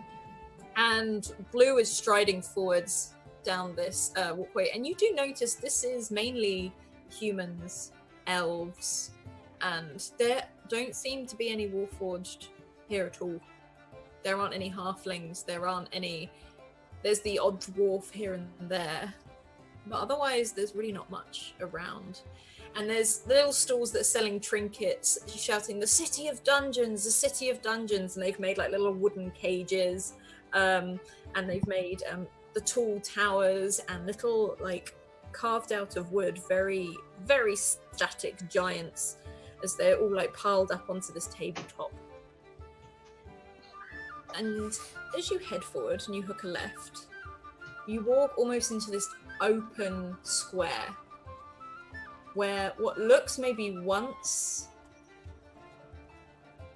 was, well, it was a huge building at some point, and it's almost like just a mismatch of ruins. And to create a roof, they've just put big slats of wood all over, just to create different levels with stairs. It's very bare minimum put together, but you can see lots of tables and chairs have been dragged out. There's loads of people drinking and laughing, and people seem happy here. Vesh makes a beeline for what he assumes to be the bar. Mm-hmm. And wherever there's the bartender, and goes, "I need your strongest, prettiest alcohol for that girl, for her right there. Because she's my friend and she's awesome." How old are you? 17. Right. Looking down on whoever it is, I assume. Yeah. There is this a dwarf stood on a stool, looking over this very high bar. It looks like they've used some of the foundations as part of the bar, and again just laid what looks like doors on top of it, colourfully painted doors. Like, okay, 17, definitely thought you were younger. And reaches down, and there's this. He brings up this tray of drinks, and each one is a different colour. Is that which one do you want? I looked at Tart. I think about what she said, and I think about the trip, and I think about all the things that I've done wrong. Oh, we'll need all of them. Okay. And he sort of like, you see him put it back down again and start pouring. These are like tall, they're almost like a tankard, but they're glass. It's like a glass tankard, and there's these different colors are being piled up into this flask. And there's like it's the typical sort of like, it's not an umbrella, it's like a tiny parasol, and it swirls in the drink as it moves around. And there's some fruits in here you've never seen before, brightly colored pink and white and all these things. And he sort of hands a tray over and he's like, 2 silvers, please. Oh, I actually have that. And he hands Thanks. over 2 silvers, and I walk. Oh, actually, I don't. Emmett. Emmett comes over and takes the drinks from you. Those are for Tart, because she's been very patient. And I don't want to spill them. I don't think truer words have ever been spoken back. Right?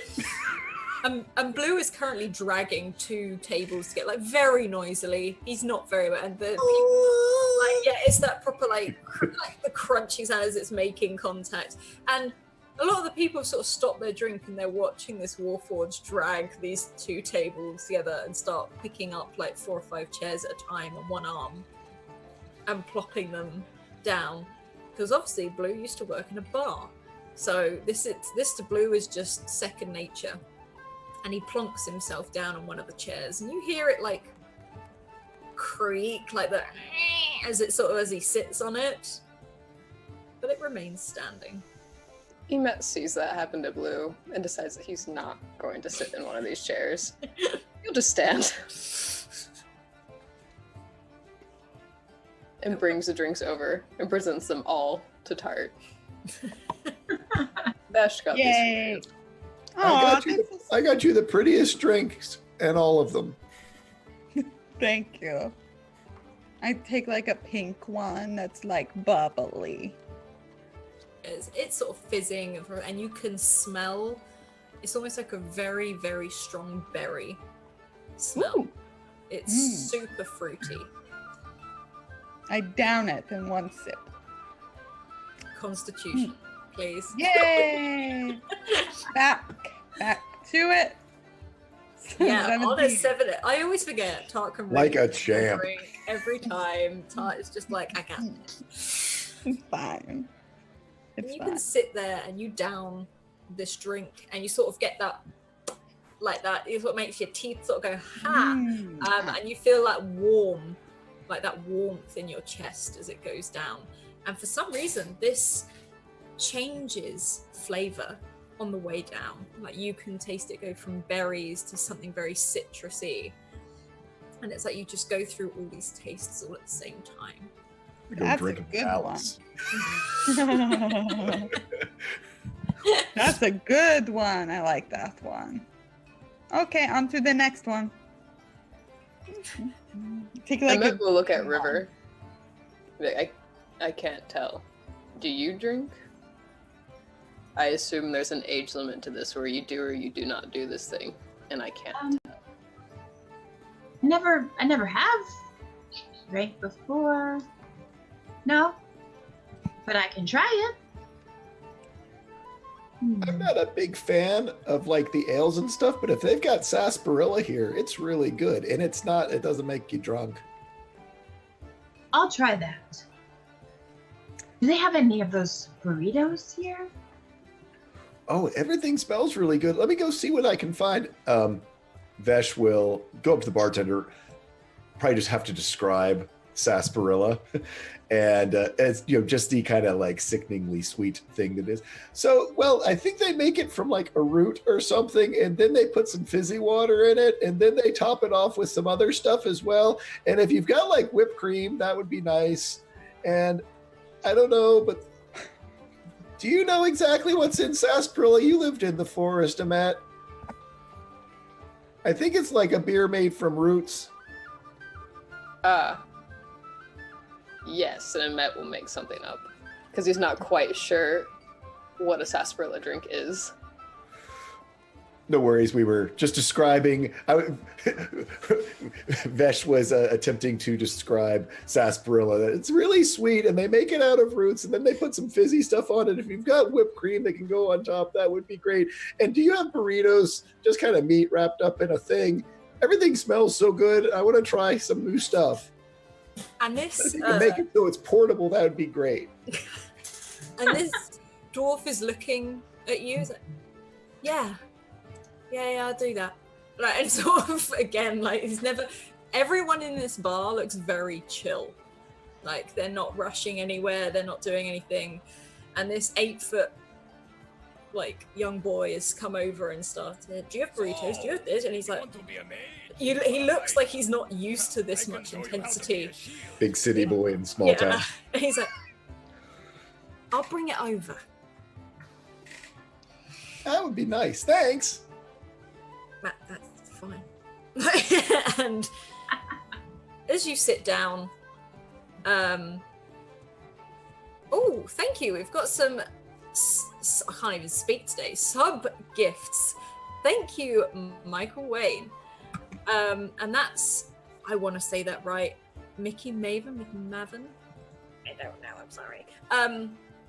But after a while, this dwarf comes over with these two almost like platters of food and lays it down. And this is almost like, it looks quite vibrant, big color. There's chicken, there's meats, there's breads, there's big piles up of like salad type things, like shredded salads. He's like, I'm afraid we don't do, what was it you called it again? A burrito, but I can make my own with everything that's here. And his eyes are just wide because it's a giant platter of meat and things. He's like, okay. And he saw this dwarf sort of ushers off again. And in this tavern, there are dwarves, there are humans. And could one of you, or all of you, it depends, make a perception check for me, please? I'm going to pass because I am betting that Vesh has got his nose. Yeah, nose in the platter. Wham! Oh! Yeah, all of you see this apart from Vesh, who has his head in like this plate of food right now. You could sort of look over and there is almost like an elf sat with a hood up over by one of the tables. Sat very smartly, dressed very, very smartly, almost like in a suit-esque thing, which is slightly overdressed for where you are, and also must be very warm for where you are. But you see these long ears come out of the holes in the hood, and the skin itself is very grey and very dark. You see black hair fall from behind the hood, and these very yellow eyes sort of drift over to look at you. Tart's downing a green shot. Constitution save, please. Whee! Same thing. Every time you're just like, again, it's like that tangy sort of thing that's making like you, like it's that shudder, but it's great. It's really, really great. Is he's looking at us? Yep, and he's not making it subtle either. Nice, because why? How could you be subtle? Yeah. What even is that? Midriff squad. I love you're it. all sat around this table, like, especially some of you on chairs far too small for you, all in matching midriffs effectively. Someone draw this, please. So Amet is in a cloak with a midriff shirt and no pants. I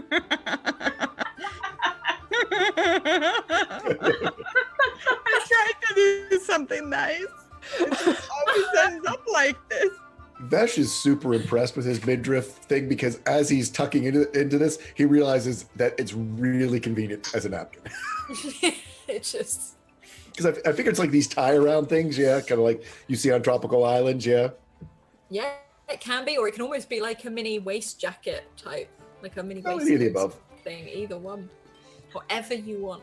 Great, great. I look like a mix of Dorothy and Jasmine. That's all I've ever. Jasmine, Dorothy, it works.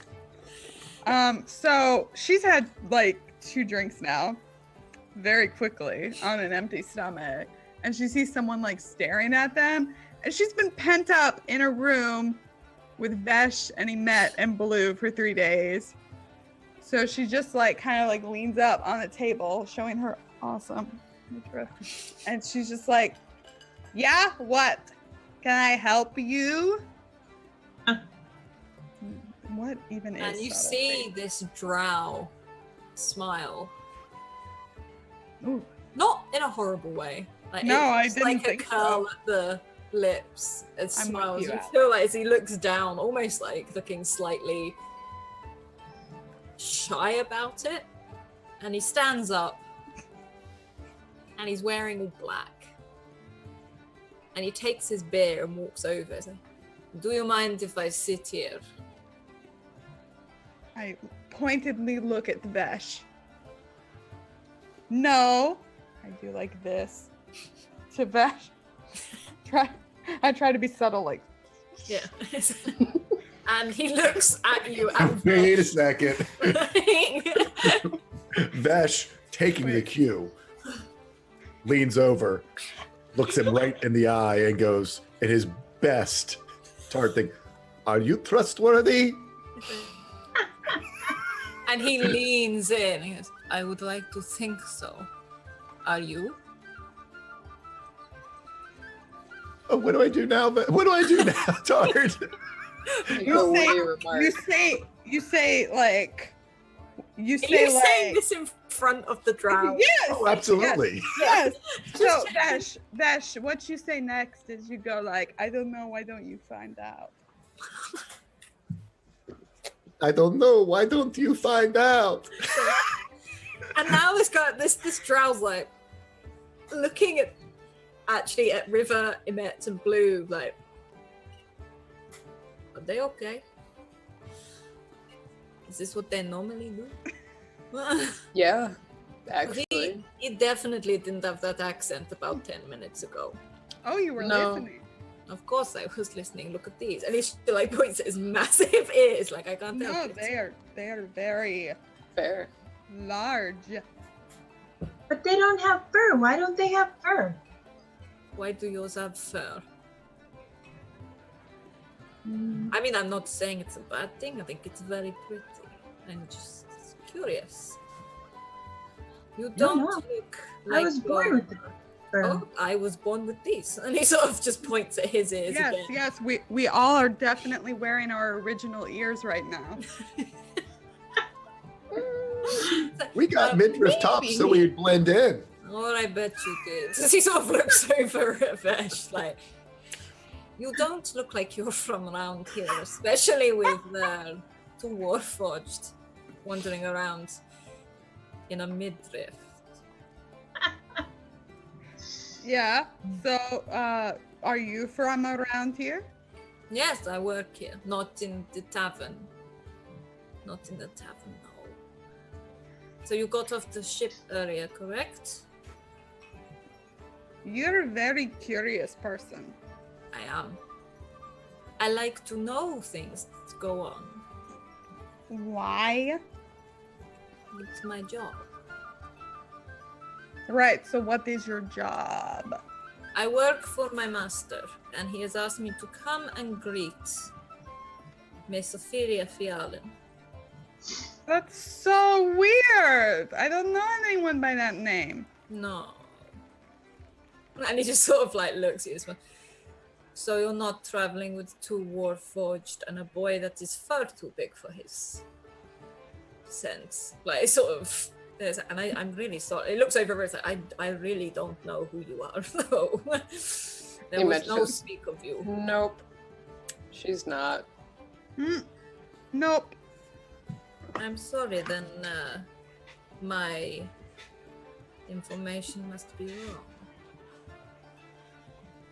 Yes. Yep, boy? totally wrong. Yep, totally wrong. Can you all make a deception check? Yep. Yep. Oh, Emet wasn't trying to 18. deceive. Oh no, just It was just a blatant. yeah. I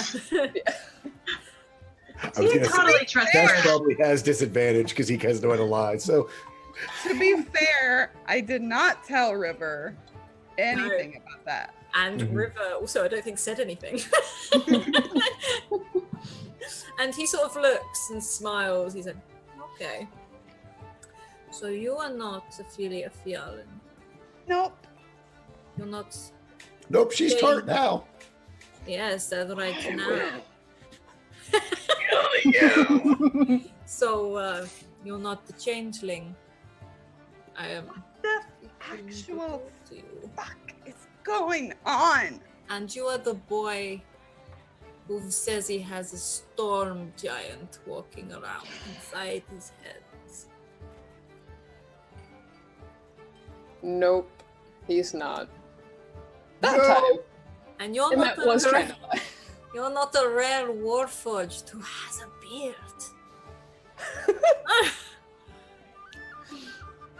Vesh Nope. clear. Nope, he's not. Nope. You have a beard. You're wearing a beard. And like he leans into it, Matthew, and points at, like, reaches out and not touches your beard, but just he goes, "I call bullshit. Okay, I can see the beard." Okay. But I bet you were looking for a warforged with a squirrel, and this one has a crab. Oh yes. That's it. I tap my bracelet under. I put my hand under the table. I tap my bracelet, and my little crossbow pops out. Who the fuck are you? I wondered when you were going to do that. I am Jahan of House Dennis. Let It me is very get my nice to notes. meet you. Say that again, Alice. Jahan of Ja- House Dennis. Jahan. My master. I'm here on behalf of my master, Marcus Dennis. He wants to meet you. He knew your mother, and he heard you were coming. You know, everyone, this is why we have to work on the thing, the subtle thing that we're bad at. We have to work on it. Emet kind of looks around at that, and it's just like, I don't think that's possible. For he is correct. I'm a warforged that does not have a beard in a place where there are no warforged. I'm Ivy, 8-foot tall Kalistar. Yes, and now we have a wolf girl. And now we're subtle. We dress like the locals, though. Oh, you do. Let's do his midriff. you Stop. do. Like, and he's just sort of like shaking his head a little bit. Hey, you know what? We wear whatever we want. So who, Alice, what is House Dennis? You have not encountered us yet. Oh shit.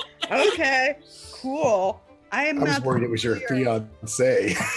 No, because I'm going to kill him when I find him. What house was that? Sarani. Sarani, that's it. Sorry. Why are you going to kill your fiance? I thought- didn't just say that out loud. Oh, Who knows? And this drow is sat there just almost watching, like enjoying you all sort of almost squabble between yourselves, you know. Okay, who the hell is House Dennis? I have not heard of you. How's Dennis? We remain. You don't know how. In fact, roll a history check because Tart, you might know this. Okay. I Maybe will they're try. the southern cousins of House Kenneth. They sounded like. We don't like Ganith. Like, as he just sort of, you can see him grimace a little bit. So, yeah, how's Dennis? We, well, Tart, you will know of the name, and you will know they remained neutral in the war. Okay. All right. So why does this Marcus want to talk to us? Because he heard there was another high house coming to Zendrick, and not in the sort of fashion we would expect of such a high-standing family. As he sort of looks at Emet, Blue, River, and Vesh. Okay. Why does he want to talk to us? To give you safe housing. And also, you're being followed. And you haven't quite checked that yet, have you? Okay, mister. Okay. You're so sure. Oh, he's smiling at me. I hate him. I don't hate him. Okay, you're so smart. Where? He's following us. Where are they? He's followed you to and from. He was here before you arrived, but then he got off the boat with you. It's very confusing.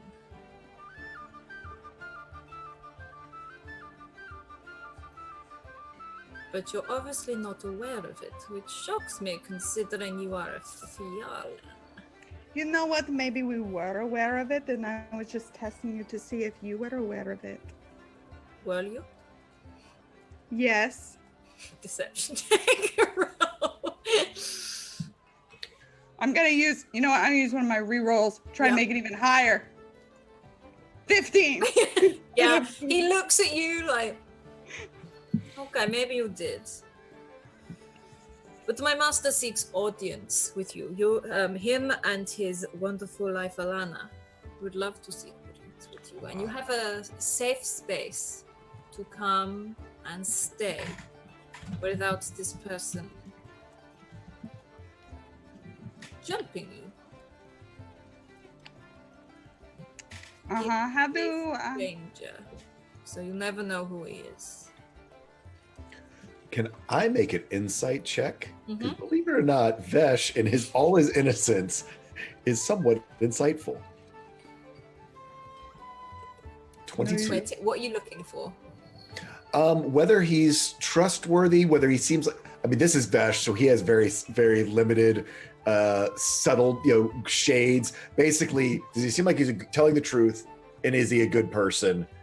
Does he mean us harm? It's that sort of general, is this, quite frankly, is he less shady? Is he less shady than Tart and Echo?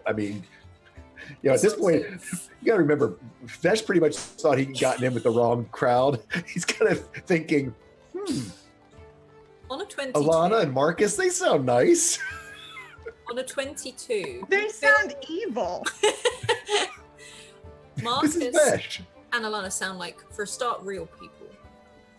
They seem like they're not made up. Mm-hmm. But this drow, you watch his eyes dart every now and then. You don't know what to, but he looks not uneasy. That's the incorrect word. It's more he's looking or waiting for something. So how do you like the City of Dungeons? You enjoying it so far? Does it, on the 22, do I get enough of that read, or is it just a feeling? I'd say on the 22 you get a read. Okay. So Vesh, being Vesh, what are you waiting for? Excuse me? What are you waiting for? You keep looking around like you're waiting for something. And you see this smile drop. Slightly. And Vesh just smiles real big. Did you order food or something? No, I did not order food. So what you looking for? I'm waiting for a friend. A good friend or a bad friend? A good friend. What is the friend going to do when they get here? The friend is going to help me escort you to Marcus Dennis and wife Alana. Help you escort us. We have not agreed to go yet. That's so funny. No, but Forcefully escort. Not forcefully, but I suggest you do go for your own safety. This is not a good man following you. In fact, I don't believe this is a man at all. Hildy, please stop eating my wires. Is this man here right now? Do you see him? And he looks around. He's like, not yet, but he's never far. He takes on many forms. But he's got a good liking for you. And I want to know why. My master wants to know why. Well, we're very friendly. Everyone likes us. This person does not. You're interfering. Oh boy. Maybe we should just stay here. Do you really want to do that when you have such a powerful person with you? How do you know they're powerful? Because they shouldn't walk this earth.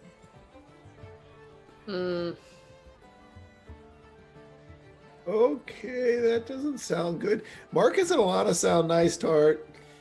Okay. I whisper to Vesh. That sounds like the name of an evil power couple. What do you mean? Mark and Lana? No, Marcus and Alana Dennett. That sounds like some evil in suits. Power couple. Mark and Lana are like the heroes from old. I bet one's a reporter. I don't know.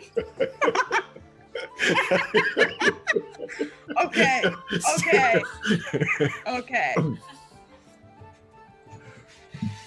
Well, I don't know them. The people I know are right here. And also River. What do you think, River? Should we stay or should we go? I have absolutely no idea what is going on. Do you want to stay somewhere nice, or do you want to stay in the tavern? It's possible both places will be attacked. Yeah, it's possible that Marcus and Alana are like sexy vampires or something. Vampires. I think one's a reporter and the other one probably smells spices. Well, I would like to stay with my new friend Dash, so I think I'll just go where he goes. We have comfy beds. Okay. You're laying it on kind of thick, okay? We're running out of time. Why are we running out of time? Because he's coming for you. How do you know that? How do you know that somebody's coming for her? Because I've been watching you. We've been tracking this person for a long time. He's a very difficult person to track. So there you go. You can use this as bait. We'll force the confrontation here. And We're kill very- innocent people. Okay, maybe in like the alleyway. If you wish. Tart? Yes, Vesh. And I actually lean over, Vesh actually leans over and whispers and goes, if that person was here then got to the airship like while it was flying, maybe it's like the shadow guy. Cool. So I'm thinking that we want some regular old, the shadows where they could get into other people. Mm-hmm.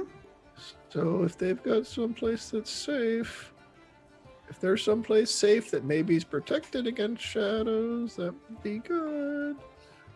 I'm just saying. But you're smarter about this sneaky stuff.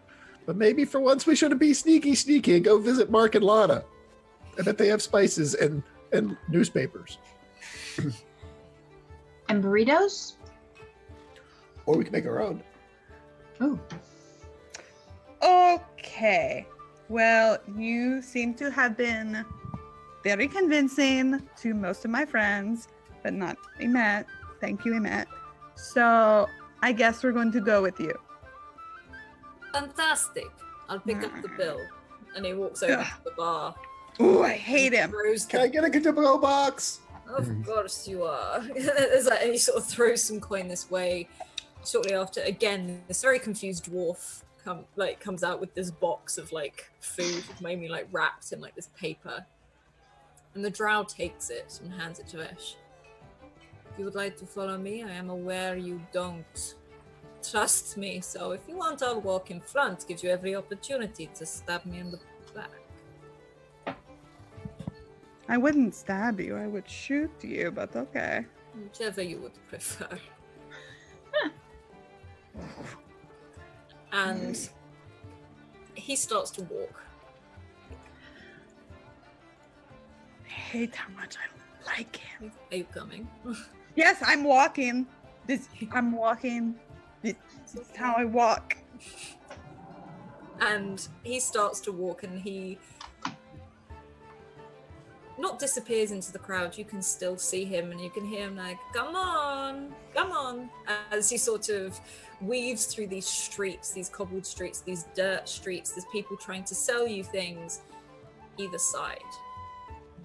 And you approach another area of full ruins. And there's a fairly elaborately built home in this. This looks like a lot more care and money has gone into it than the others. And it's got a path that leads up to it. It still looks built out of these ruins. And you see statues on the lead up of all these powerful looking figures in armor, or some of them in long robes. With the rock has been carved into an almost magical sort of shape, and you can see color bounce in between the two hands of this statue. We are here.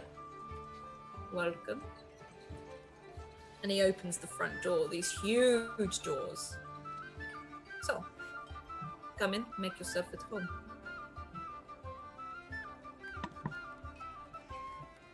You're muted, Vesh. Vesh seeing things as a larger scale is just like, see, they aren't terrible vampires, sexy people. Where did you learn that word? Tart. Damn it. What are sexy vampire people? I think they're part bat, kind of like you're part wolf. I'm sure you'll learn when you're older. Oh, it's one of those. Tart's lived a very racy life. Where did you learn that word, Vesh? Tart? Because I know tarts use these words, so this is completely valid. Uh-huh. I know.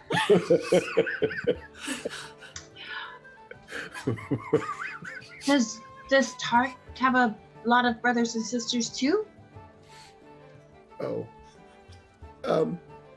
Maybe don't ask about that. Oh, well, you said she was racing, so I thought maybe she was racing her brothers and sisters. Oh, no, she used to sing in all of the really cool places down on the fancy streets in Shard. Oh. Would any of you like a drink? Yes. Would. You stepped into this huge stone hallway, almost marble-like stairs that go up two sets of them to meet at a landing. And he reaches over and out there. He sort of clicks his fingers, and out of the kitchen, a young lady walks out with a tray of drinks. Here you go. Take a drink, make yourself at home. Is this a sarsaparilla?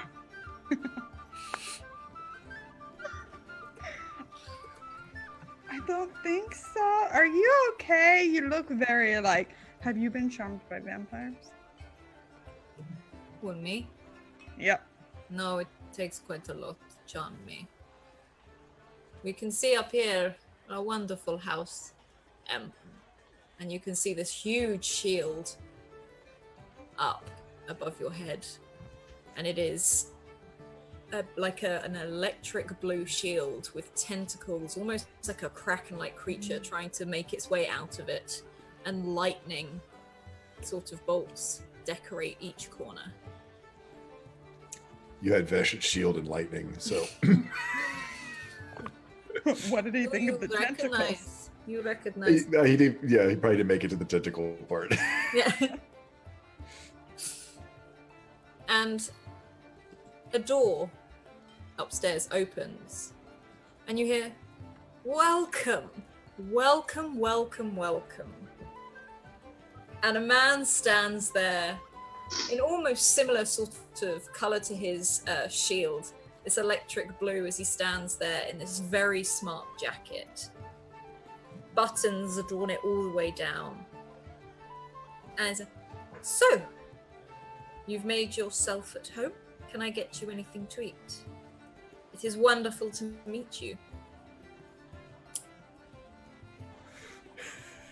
Hello.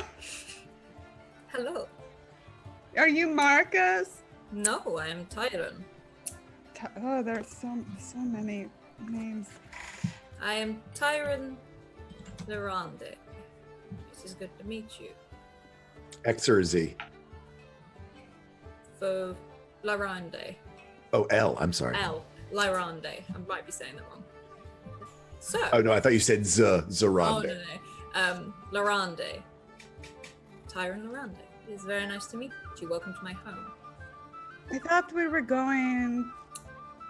I look at Johan. Are we in the right spot? And he gives you a bit of a wink. Starts to back out.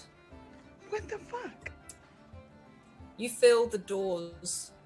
As you look around, all the doors have been shut. And people are stood in front of them. It is very, very nice to meet you all. I don't think he was very trustworthy. Mm-hmm. He's a drow. Like, he sort of looks down and says, he is a drow. We don't discriminate, so fuck you. I hired him for what he's good at. I don't know what a drow is.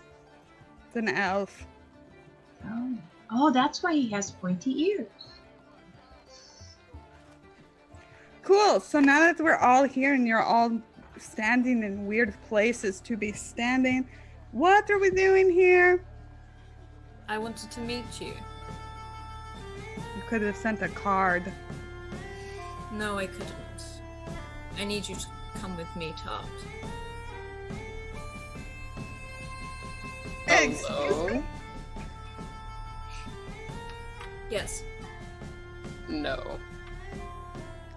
Good answer. And almost like out of nowhere. You lied to me. It's like, are you talking to the drow? Because the drow is backing away. No, I'm talking to the guy on the stairs. Is that... Well, I guess. Well, I thought the drow was already at the door, so. Yeah, no, he is out the door. Yeah, so I think this is him just looking up and it's like. So.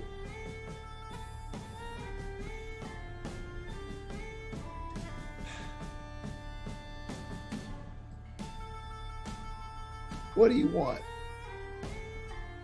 And he just points at Tart. And then I do this back. You can't have her. He just chuckles slightly. Right. It's going to be slightly more difficult than just walking. I mean, come to me, it'll be fine. We'll have some fun. You'll meet new people. I have someone who wants to meet you. A couple of people, in fact. That sounds so sketchy. Do you know how sketchy that sounds? We're all like standing here going, oh, really sketchy. If it's anyone but Mark and Lana, we're not hearing it.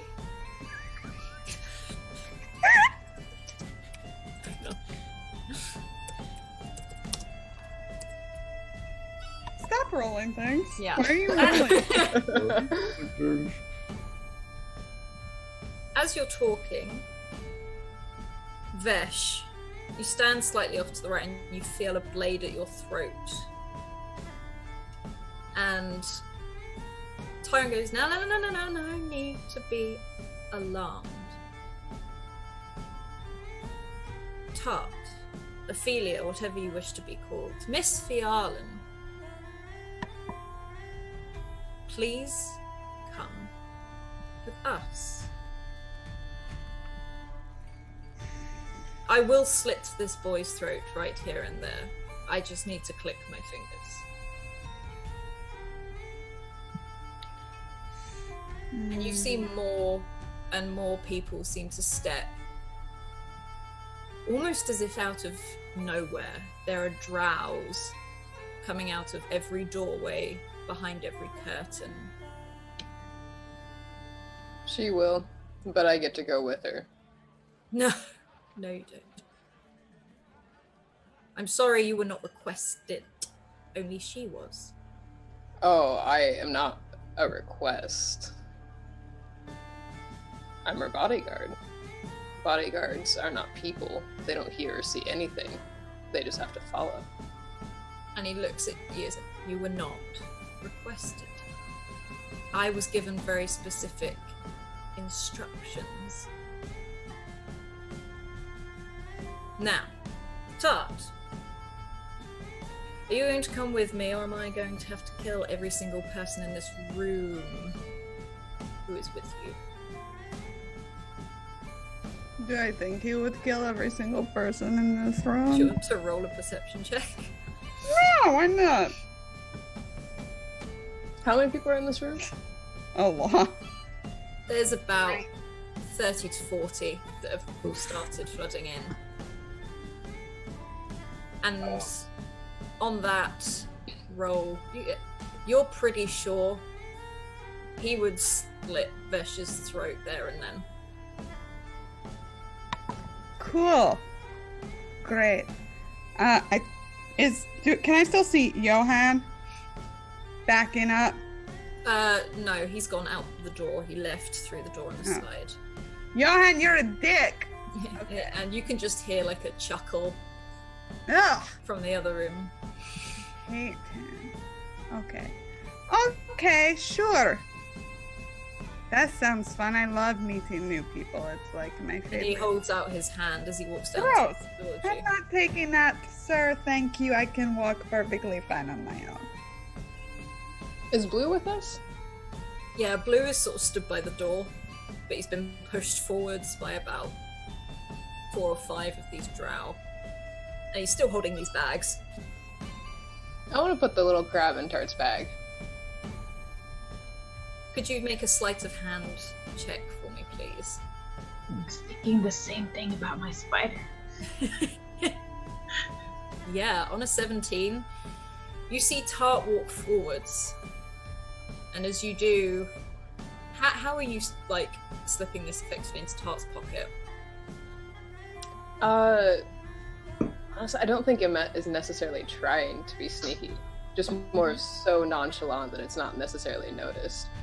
It's more of like a tap Blue's shoulder, which is actually him picking it up, bringing it up past his face, just to... Because he's not quite sure how these things work, or if I can understand anything, and just to whisper, just if anything happens, to come back and find him, and lead him to Tart. Yeah. And then just, at that, just kind of like, almost tap her on the back, like a reassuring pat, which allows the crab to go down. Yeah. And can you make a perception check, please, Tart, to see if you actually see this? Yeah. 21, you see... You've seen people exchange things by a handshake, by a simple look. You know what he is doing. Great. Yeah, once that's done, she'll walk forward. Okay, I'll see you all like super soon. Glare, glare, glare. And a set of doors seem to slide open out of the stone. And Tyron gestures after you. Okay, well, no, because I'm just going to wait until they go out that door, and then I will go in this door. It's like a synchronous door movement. You seem very concerned about them. Nope, just like to have my people around. And he sort of looks and he sort of thinks for a second. Okay, open the door. Get them out. And the front door opens and the drows will turn to attention. And they go to usher you out. Are you just walking? Rest of us? Yeah, So we're getting ushered out of the house, out of the house. leaving Tart behind. Mm-hmm. Oh, I've got a real problem with that.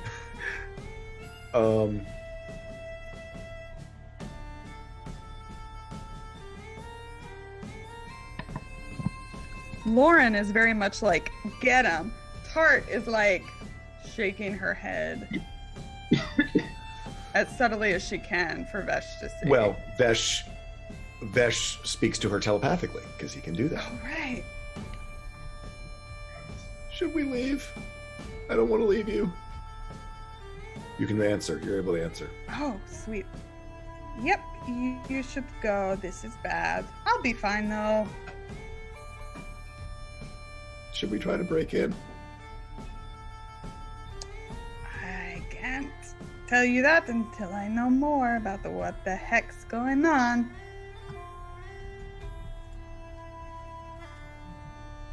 We're not going to go far. Okay. Vesh, as you're standing there, I'm assuming you're making eye contact Yeah. with Tart whilst you're doing that. You feel a slap at the back of your head. He's like, move! At that, Immense, like, do not touch the boy.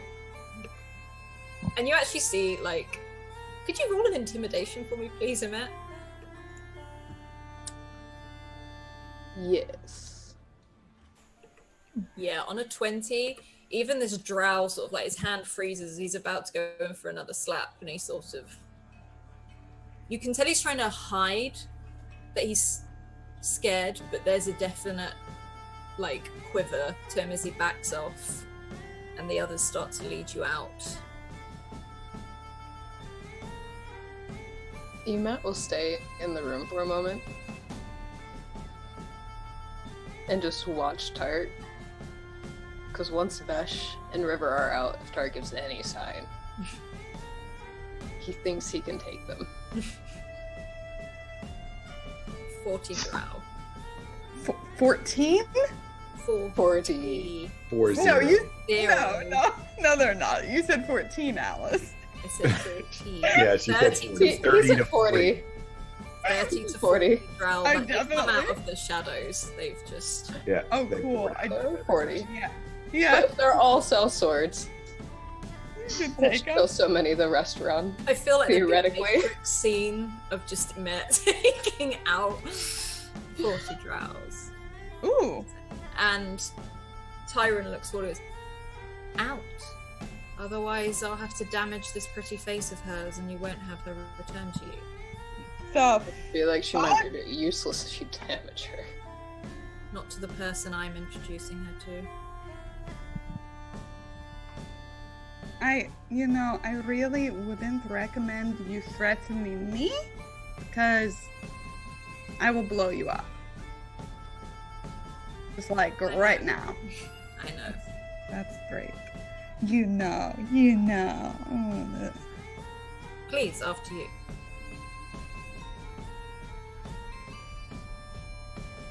Okay. Emet, count us 3. You go out, I go this way. Okay? Okay. 1, 2. Emet doesn't want to leave. 3. I step in the door. I guess we step out the front door. And the door closes behind you. And Tart, the door closes behind you as you step into darkness. You feel that rush of cold as you walk down into the earth. You met Vesh and River. What do you do? So, Dash. how How far does your telepathic link go? I have to see her. She said not. She told us to go out. She said until she knows more, but I've got to see her. Okay. I think I there's guess we another one wait and in. go back in. What'd you say? So, I said, do you think there's another way in? We could look for another way to go back in. that's what I'm wondering. So you were saying this is a giant ruin that has a house inside of it. Yes, it's Yeah. like it's built around all of this. Wait, I'm sorry. Is the ruin around the house or the house is around the The ruin? ruin is built into the house, so it's like part of the ruin is a wall, as well as, so it's all mismatched together. It's built so there was like a ruined wall, and they've just extended it to make a house. So how many of these the drow are around us now? I mean, they escorted us out. I mean, did they just sort of push us out the door and slam the door in our face, or are they out here with us? There are 4 currently, just stood by the door. Yeah, but we're not going to break in the front door. No, but we I can think we should go interrogate back them. and get a drink and have burritos. She'll come find us. Besh says, non. Yes. Would one of you drow like to come with us? No. Did they pay you? Very well. So did they tell you much? I do as I am told. That is all.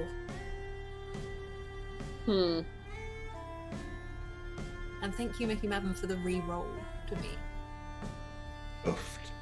She's got 2 rerolls she's sitting on. Okay.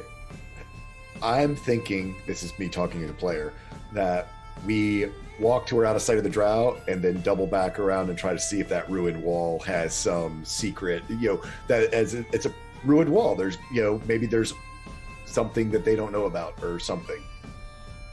There's a way in through the ruined wall that the house is built out of. They're watching you go around this house. Like they're like.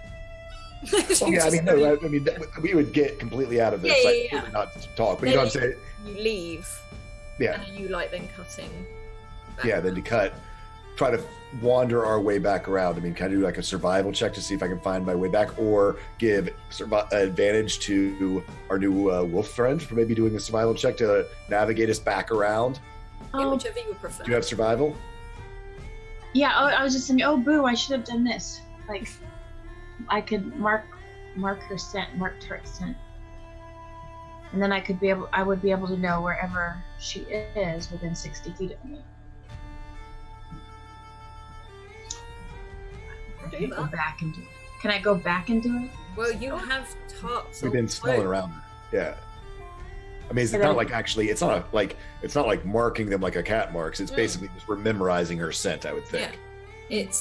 You have her clothes as well. Her old clothes that you changed out of. There you go. Well, it says I can I can mark one creature I can see within 10 feet of me until the end of my next long rest. My proficiency bonus is doubled for any ability check you make to find the marked creature. Oh, it literally is. Yeah. And you know the location of that creature if it's in Well, we can say you did that. It's like when they're all talking, you could have been focusing on it whilst you're in there. Cool. So as long as she's within 60 feet of me, I can smell it. Cool. Yes. So I smell like cherries. Are you proficient in survival? Yes, I'm pretty sure I am. Actually.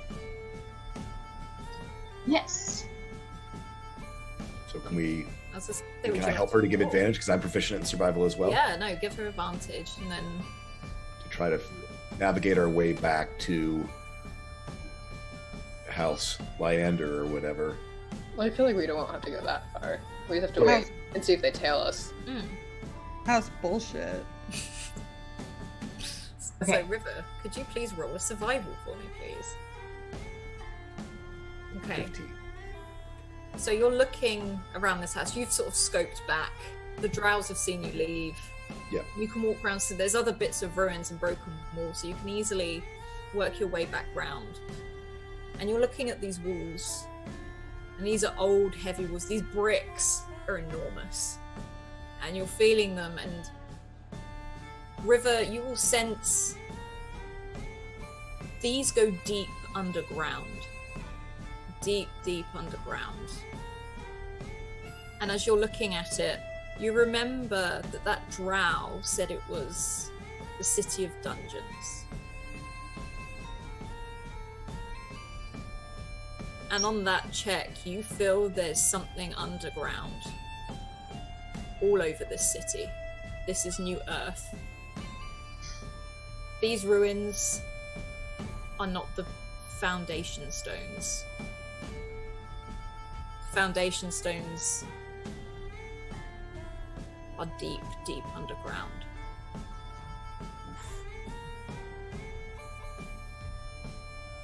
Okay. So I'm going to relay that information to my companions as well. So, are we gonna have to find an entrance to underground to try to find Tart?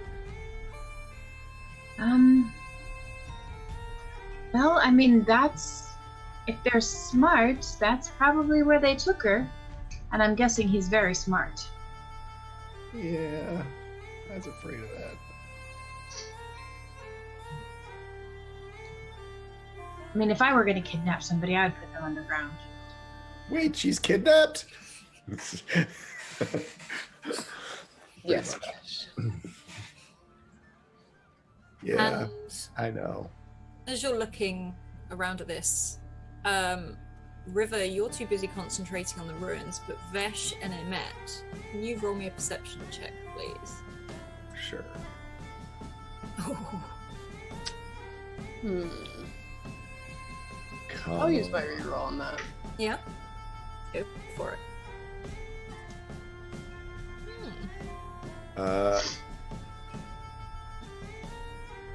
Vesh, on a 5, you're too worried about Tart. You don't know what it is. You're hoping River finds something from these ruins, some form of information that you can help.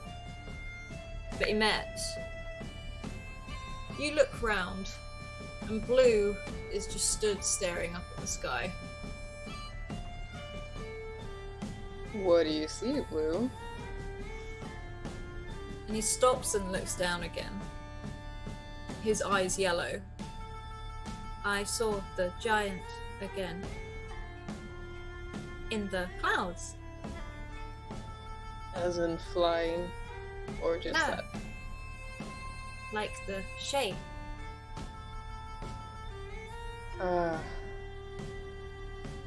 Huge. Good job, Blue. Keep an eye out for him. I will. And he turns and looks back up at the sky again. Does Vesh hear that? I'd say you could probably hear. Blue's not trying to be quiet. Yeah. He's not subtle in any way. Blue, you saw my giant? And he looks down, almost slightly ashamed. I saw my giant. You have a giant too? I don't know if they are mine. But I am probably just being silly. I think that's the word. But I saw a giant warforged in the sky. I don't think you're silly, Blue.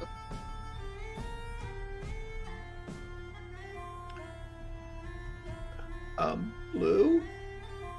Yes, Like- Vesh. Like even bigger than the ones in the basement? And he slowly just nods.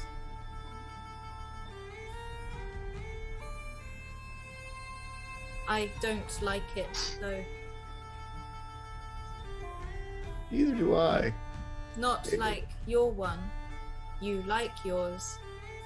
The Warford giants were going to come and hurt the real giants. Fight them. And Has it talked to you, Blue? no, it has not. Okay. I just see an image. River. Oh, sorry, go ahead, Blue. No, it looks wrong It's not like us.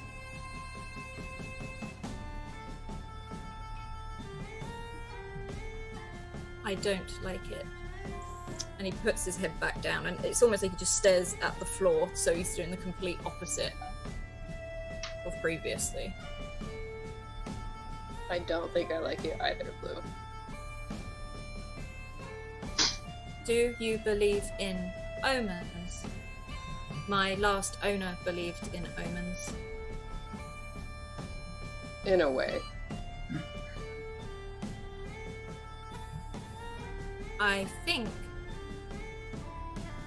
I'm scared of it. It's not the right shape.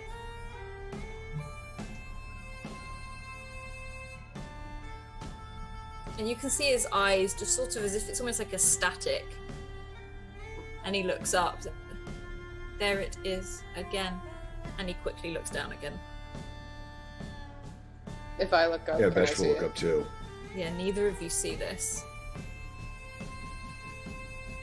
It is big. Bigger than Emet. Hunched. Shouldn't be that shape. And spikes from its back. I don't understand. Like blades? And them? Sorry, go on. Go on, Emet. No, just Yeah? listening. And Blue remains looking up at this sky. It's almost like he's fixated on it. He can't draw himself away from it. And we're gonna hop over to Tart. Yeah. Tart, you are guided, I guess. They don't really push you, they don't touch you, they don't do anything like that. Down into this earth. And it's such a contrast from that heat wave outside. This is cold, this is stone, all the way down. And the steps you walk down are giant. These are huge. It takes you 4 steps to cross one. There are drow, 4 of them, behind you. And Tyron walks beside you. I am very glad that you came. Uh-huh. I'm just like super happy to be here. I can tell. And as he continues to walk, his pace is down. I am sorry for this situation and how it had to be done, but it had to be done. Apologies. But please, this way. And you reach the bottom of these huge stairs. And just these rooms are huge. They tower up almost like you can't see the ceiling because of how dark it is. And you see cell after cell after cell. Just jail cells all the way along. There don't seem to be any people in them. And there is a door at the end, a wooden door. And he walks up to it and opens it. There is a chair in the center of the room, a desk, and a bed. Pardon my language, but the fuck is this? If you please wait in here and I will go get your visitor. Are you going to lock it? Yes, Why? because you're a changeling and you're of House Fiaran. It's just rude. And he sort of backs up and he closes the door and you hear multiple locks all the way down. And you stand in this cold room, this stone room. Do you do anything in particular?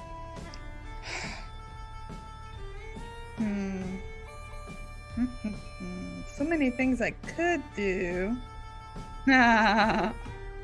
Yes, I do something, Alice. I'm going to wait till I hear any movement, and then when I do, I'm going to cast heat metal on the doorknob. Yes. You can do that. Cool. So as you wait for a while. And you can hear footsteps. You can hear 4 sets of footsteps coming down the hallway. How do you heat this doorknob? How are you doing it? Are you literally just holding on to it, or? So, I guess what I do is, in my, probably like a piece of jewelry she has, like part of it is made of iron, and she kind of flicks flame on in one of her hands from prestidigitation and like presses it to that and sends the energy out toward the doorknob, so it's heated on both sides. As you heat this, you hear the footsteps come down the hall, and you hear a hiss and a sizzle and a yelp, and you hear that. Like there's all like profanity that it starts shouting on the other side of the door, and the door swings open.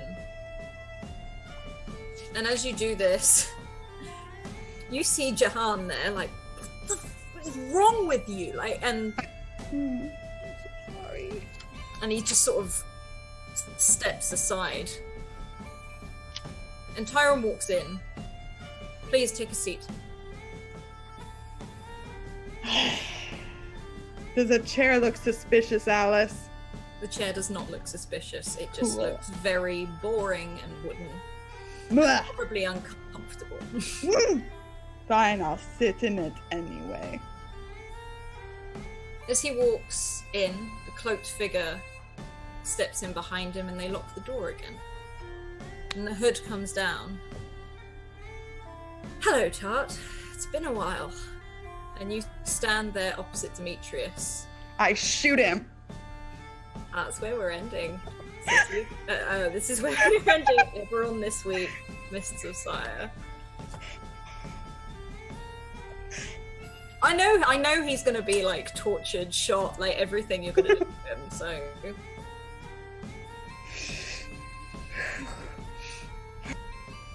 So, we're gonna go round.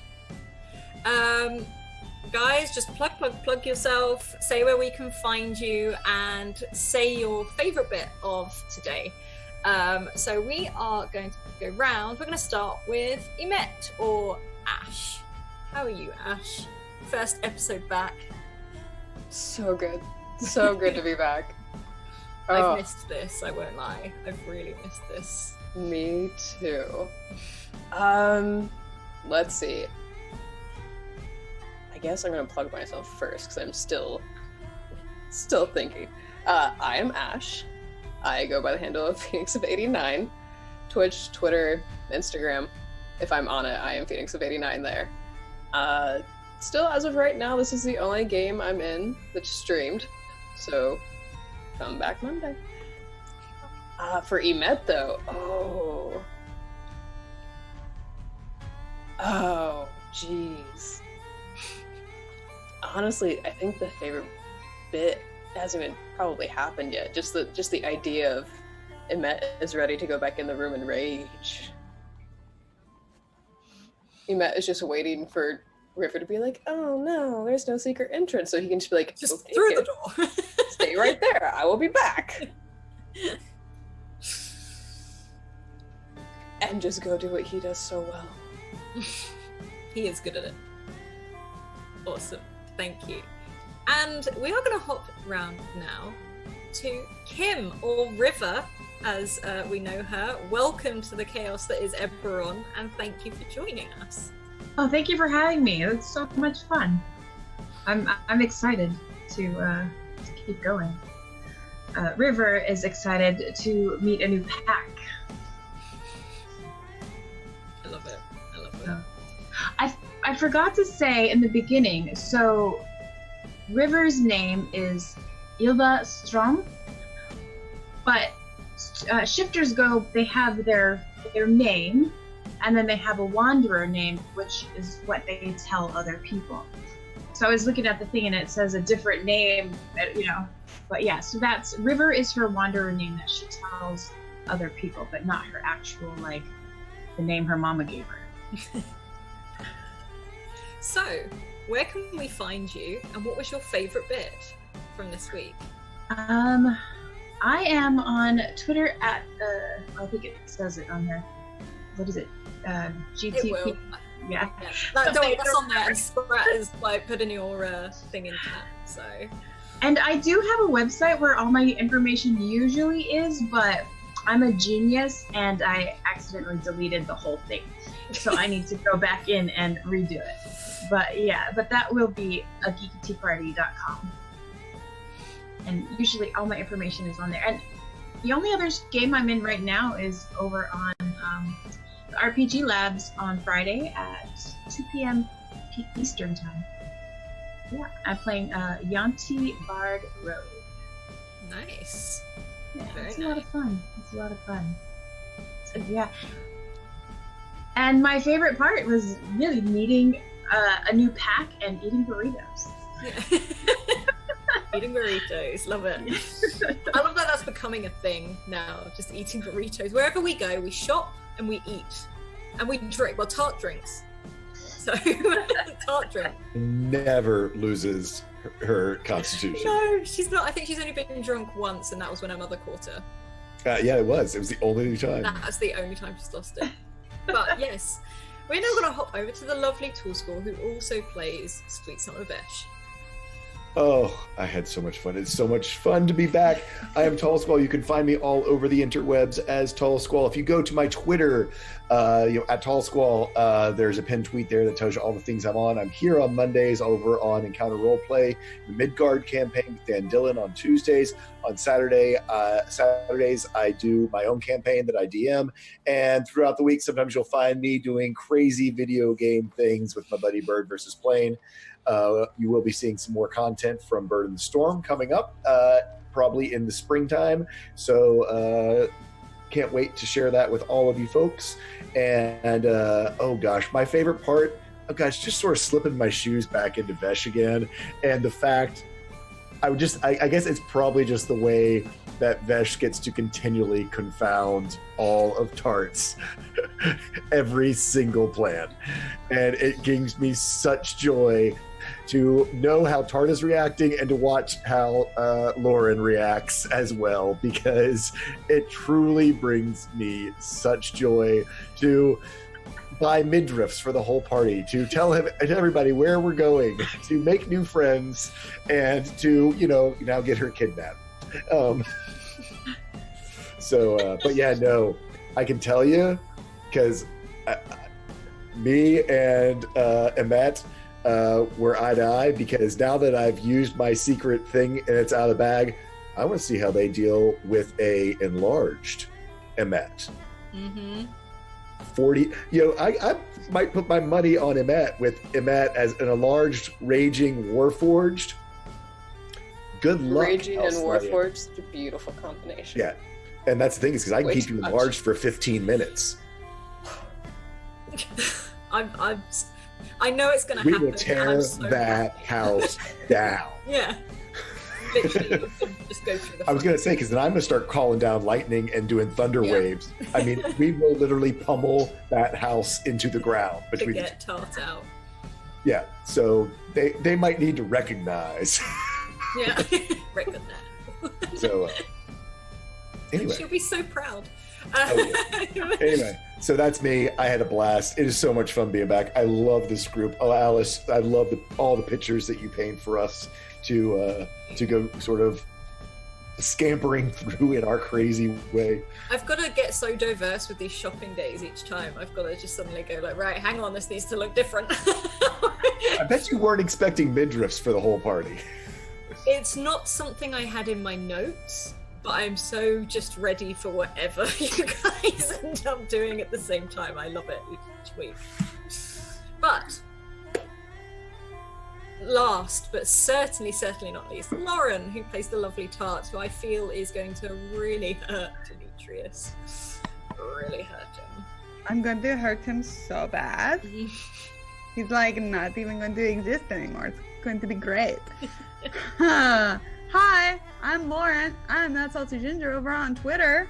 My favorite part was all of it. Super fun. Was just glad to be back. Shopping is always a blast. Shopping is fun. It's a fun thing to do, especially when it's imaginary and you can wear fancy midriff tops. It's the best. Oh, I just realized how ridiculous she looks right now, and I love it even more. You can find me on Twitter. I play games around the internet with my friends. The big thing right now is we've recently relaunched and rebranded Grimjack 21502. We are now Tales from the Grim. Me, Kiana, Don, and Greg are all like working behind the scenes to expand the channel and just bring a whole world of shared Colby stories to you guys. Our first new show, although we're back Wednesday with some of our recurring shows, our first new show is going to be Wild Blue Yonder, which is a Lady Blackbird campaign that will be on literally right after this on January 21st. We're Mondays at 9 Eastern. Me and Alice go over there. Kiana plays, Greg plays, Tommy, Imperative Pengu plays, and Serena from Rivals of Waterdeep and the Dungeon Rats. So it's gonna be super fun. We're having our session 0 like now, basically. Yeah. So I'm super excited about that. And then catch us on Sunday for Project Athena, 7 p.m. on Tales from the Grim. That's our new Twitch channel and everything, and we're in our final 3 episodes of that. So come watch it. Thank you. I'm so excited. I love that the war cry is Midriff Squad. We're gonna go raid the Bubbernaut. So last few things before we take off. Go and join our Discord. It's full of awesome, wonderful people like you see in this game today, and we talk TTRPGs, D&D. If you just want to chat, we chat. Like, come and join it. It's full of really wonderful people. We are so chuffed. Like, we're so happy with our community and that what we've got here, because it's seriously awesome. Twitter, if you want to get into a game, there are 5 viewer shows. Now we're in season 2, which include Ryutama, D&D 2 D&D 5e, Cypher System, and Monster of the Week, which will normally be on a Monday. Also, this will be uploaded to YouTube very, very soon. And we are now full-time. So if you want to support us, the one way to do that is Patreon, which I cannot express how much this means that people support us, can come and join telling these stories, and we get as many people as we can back into this awesome thing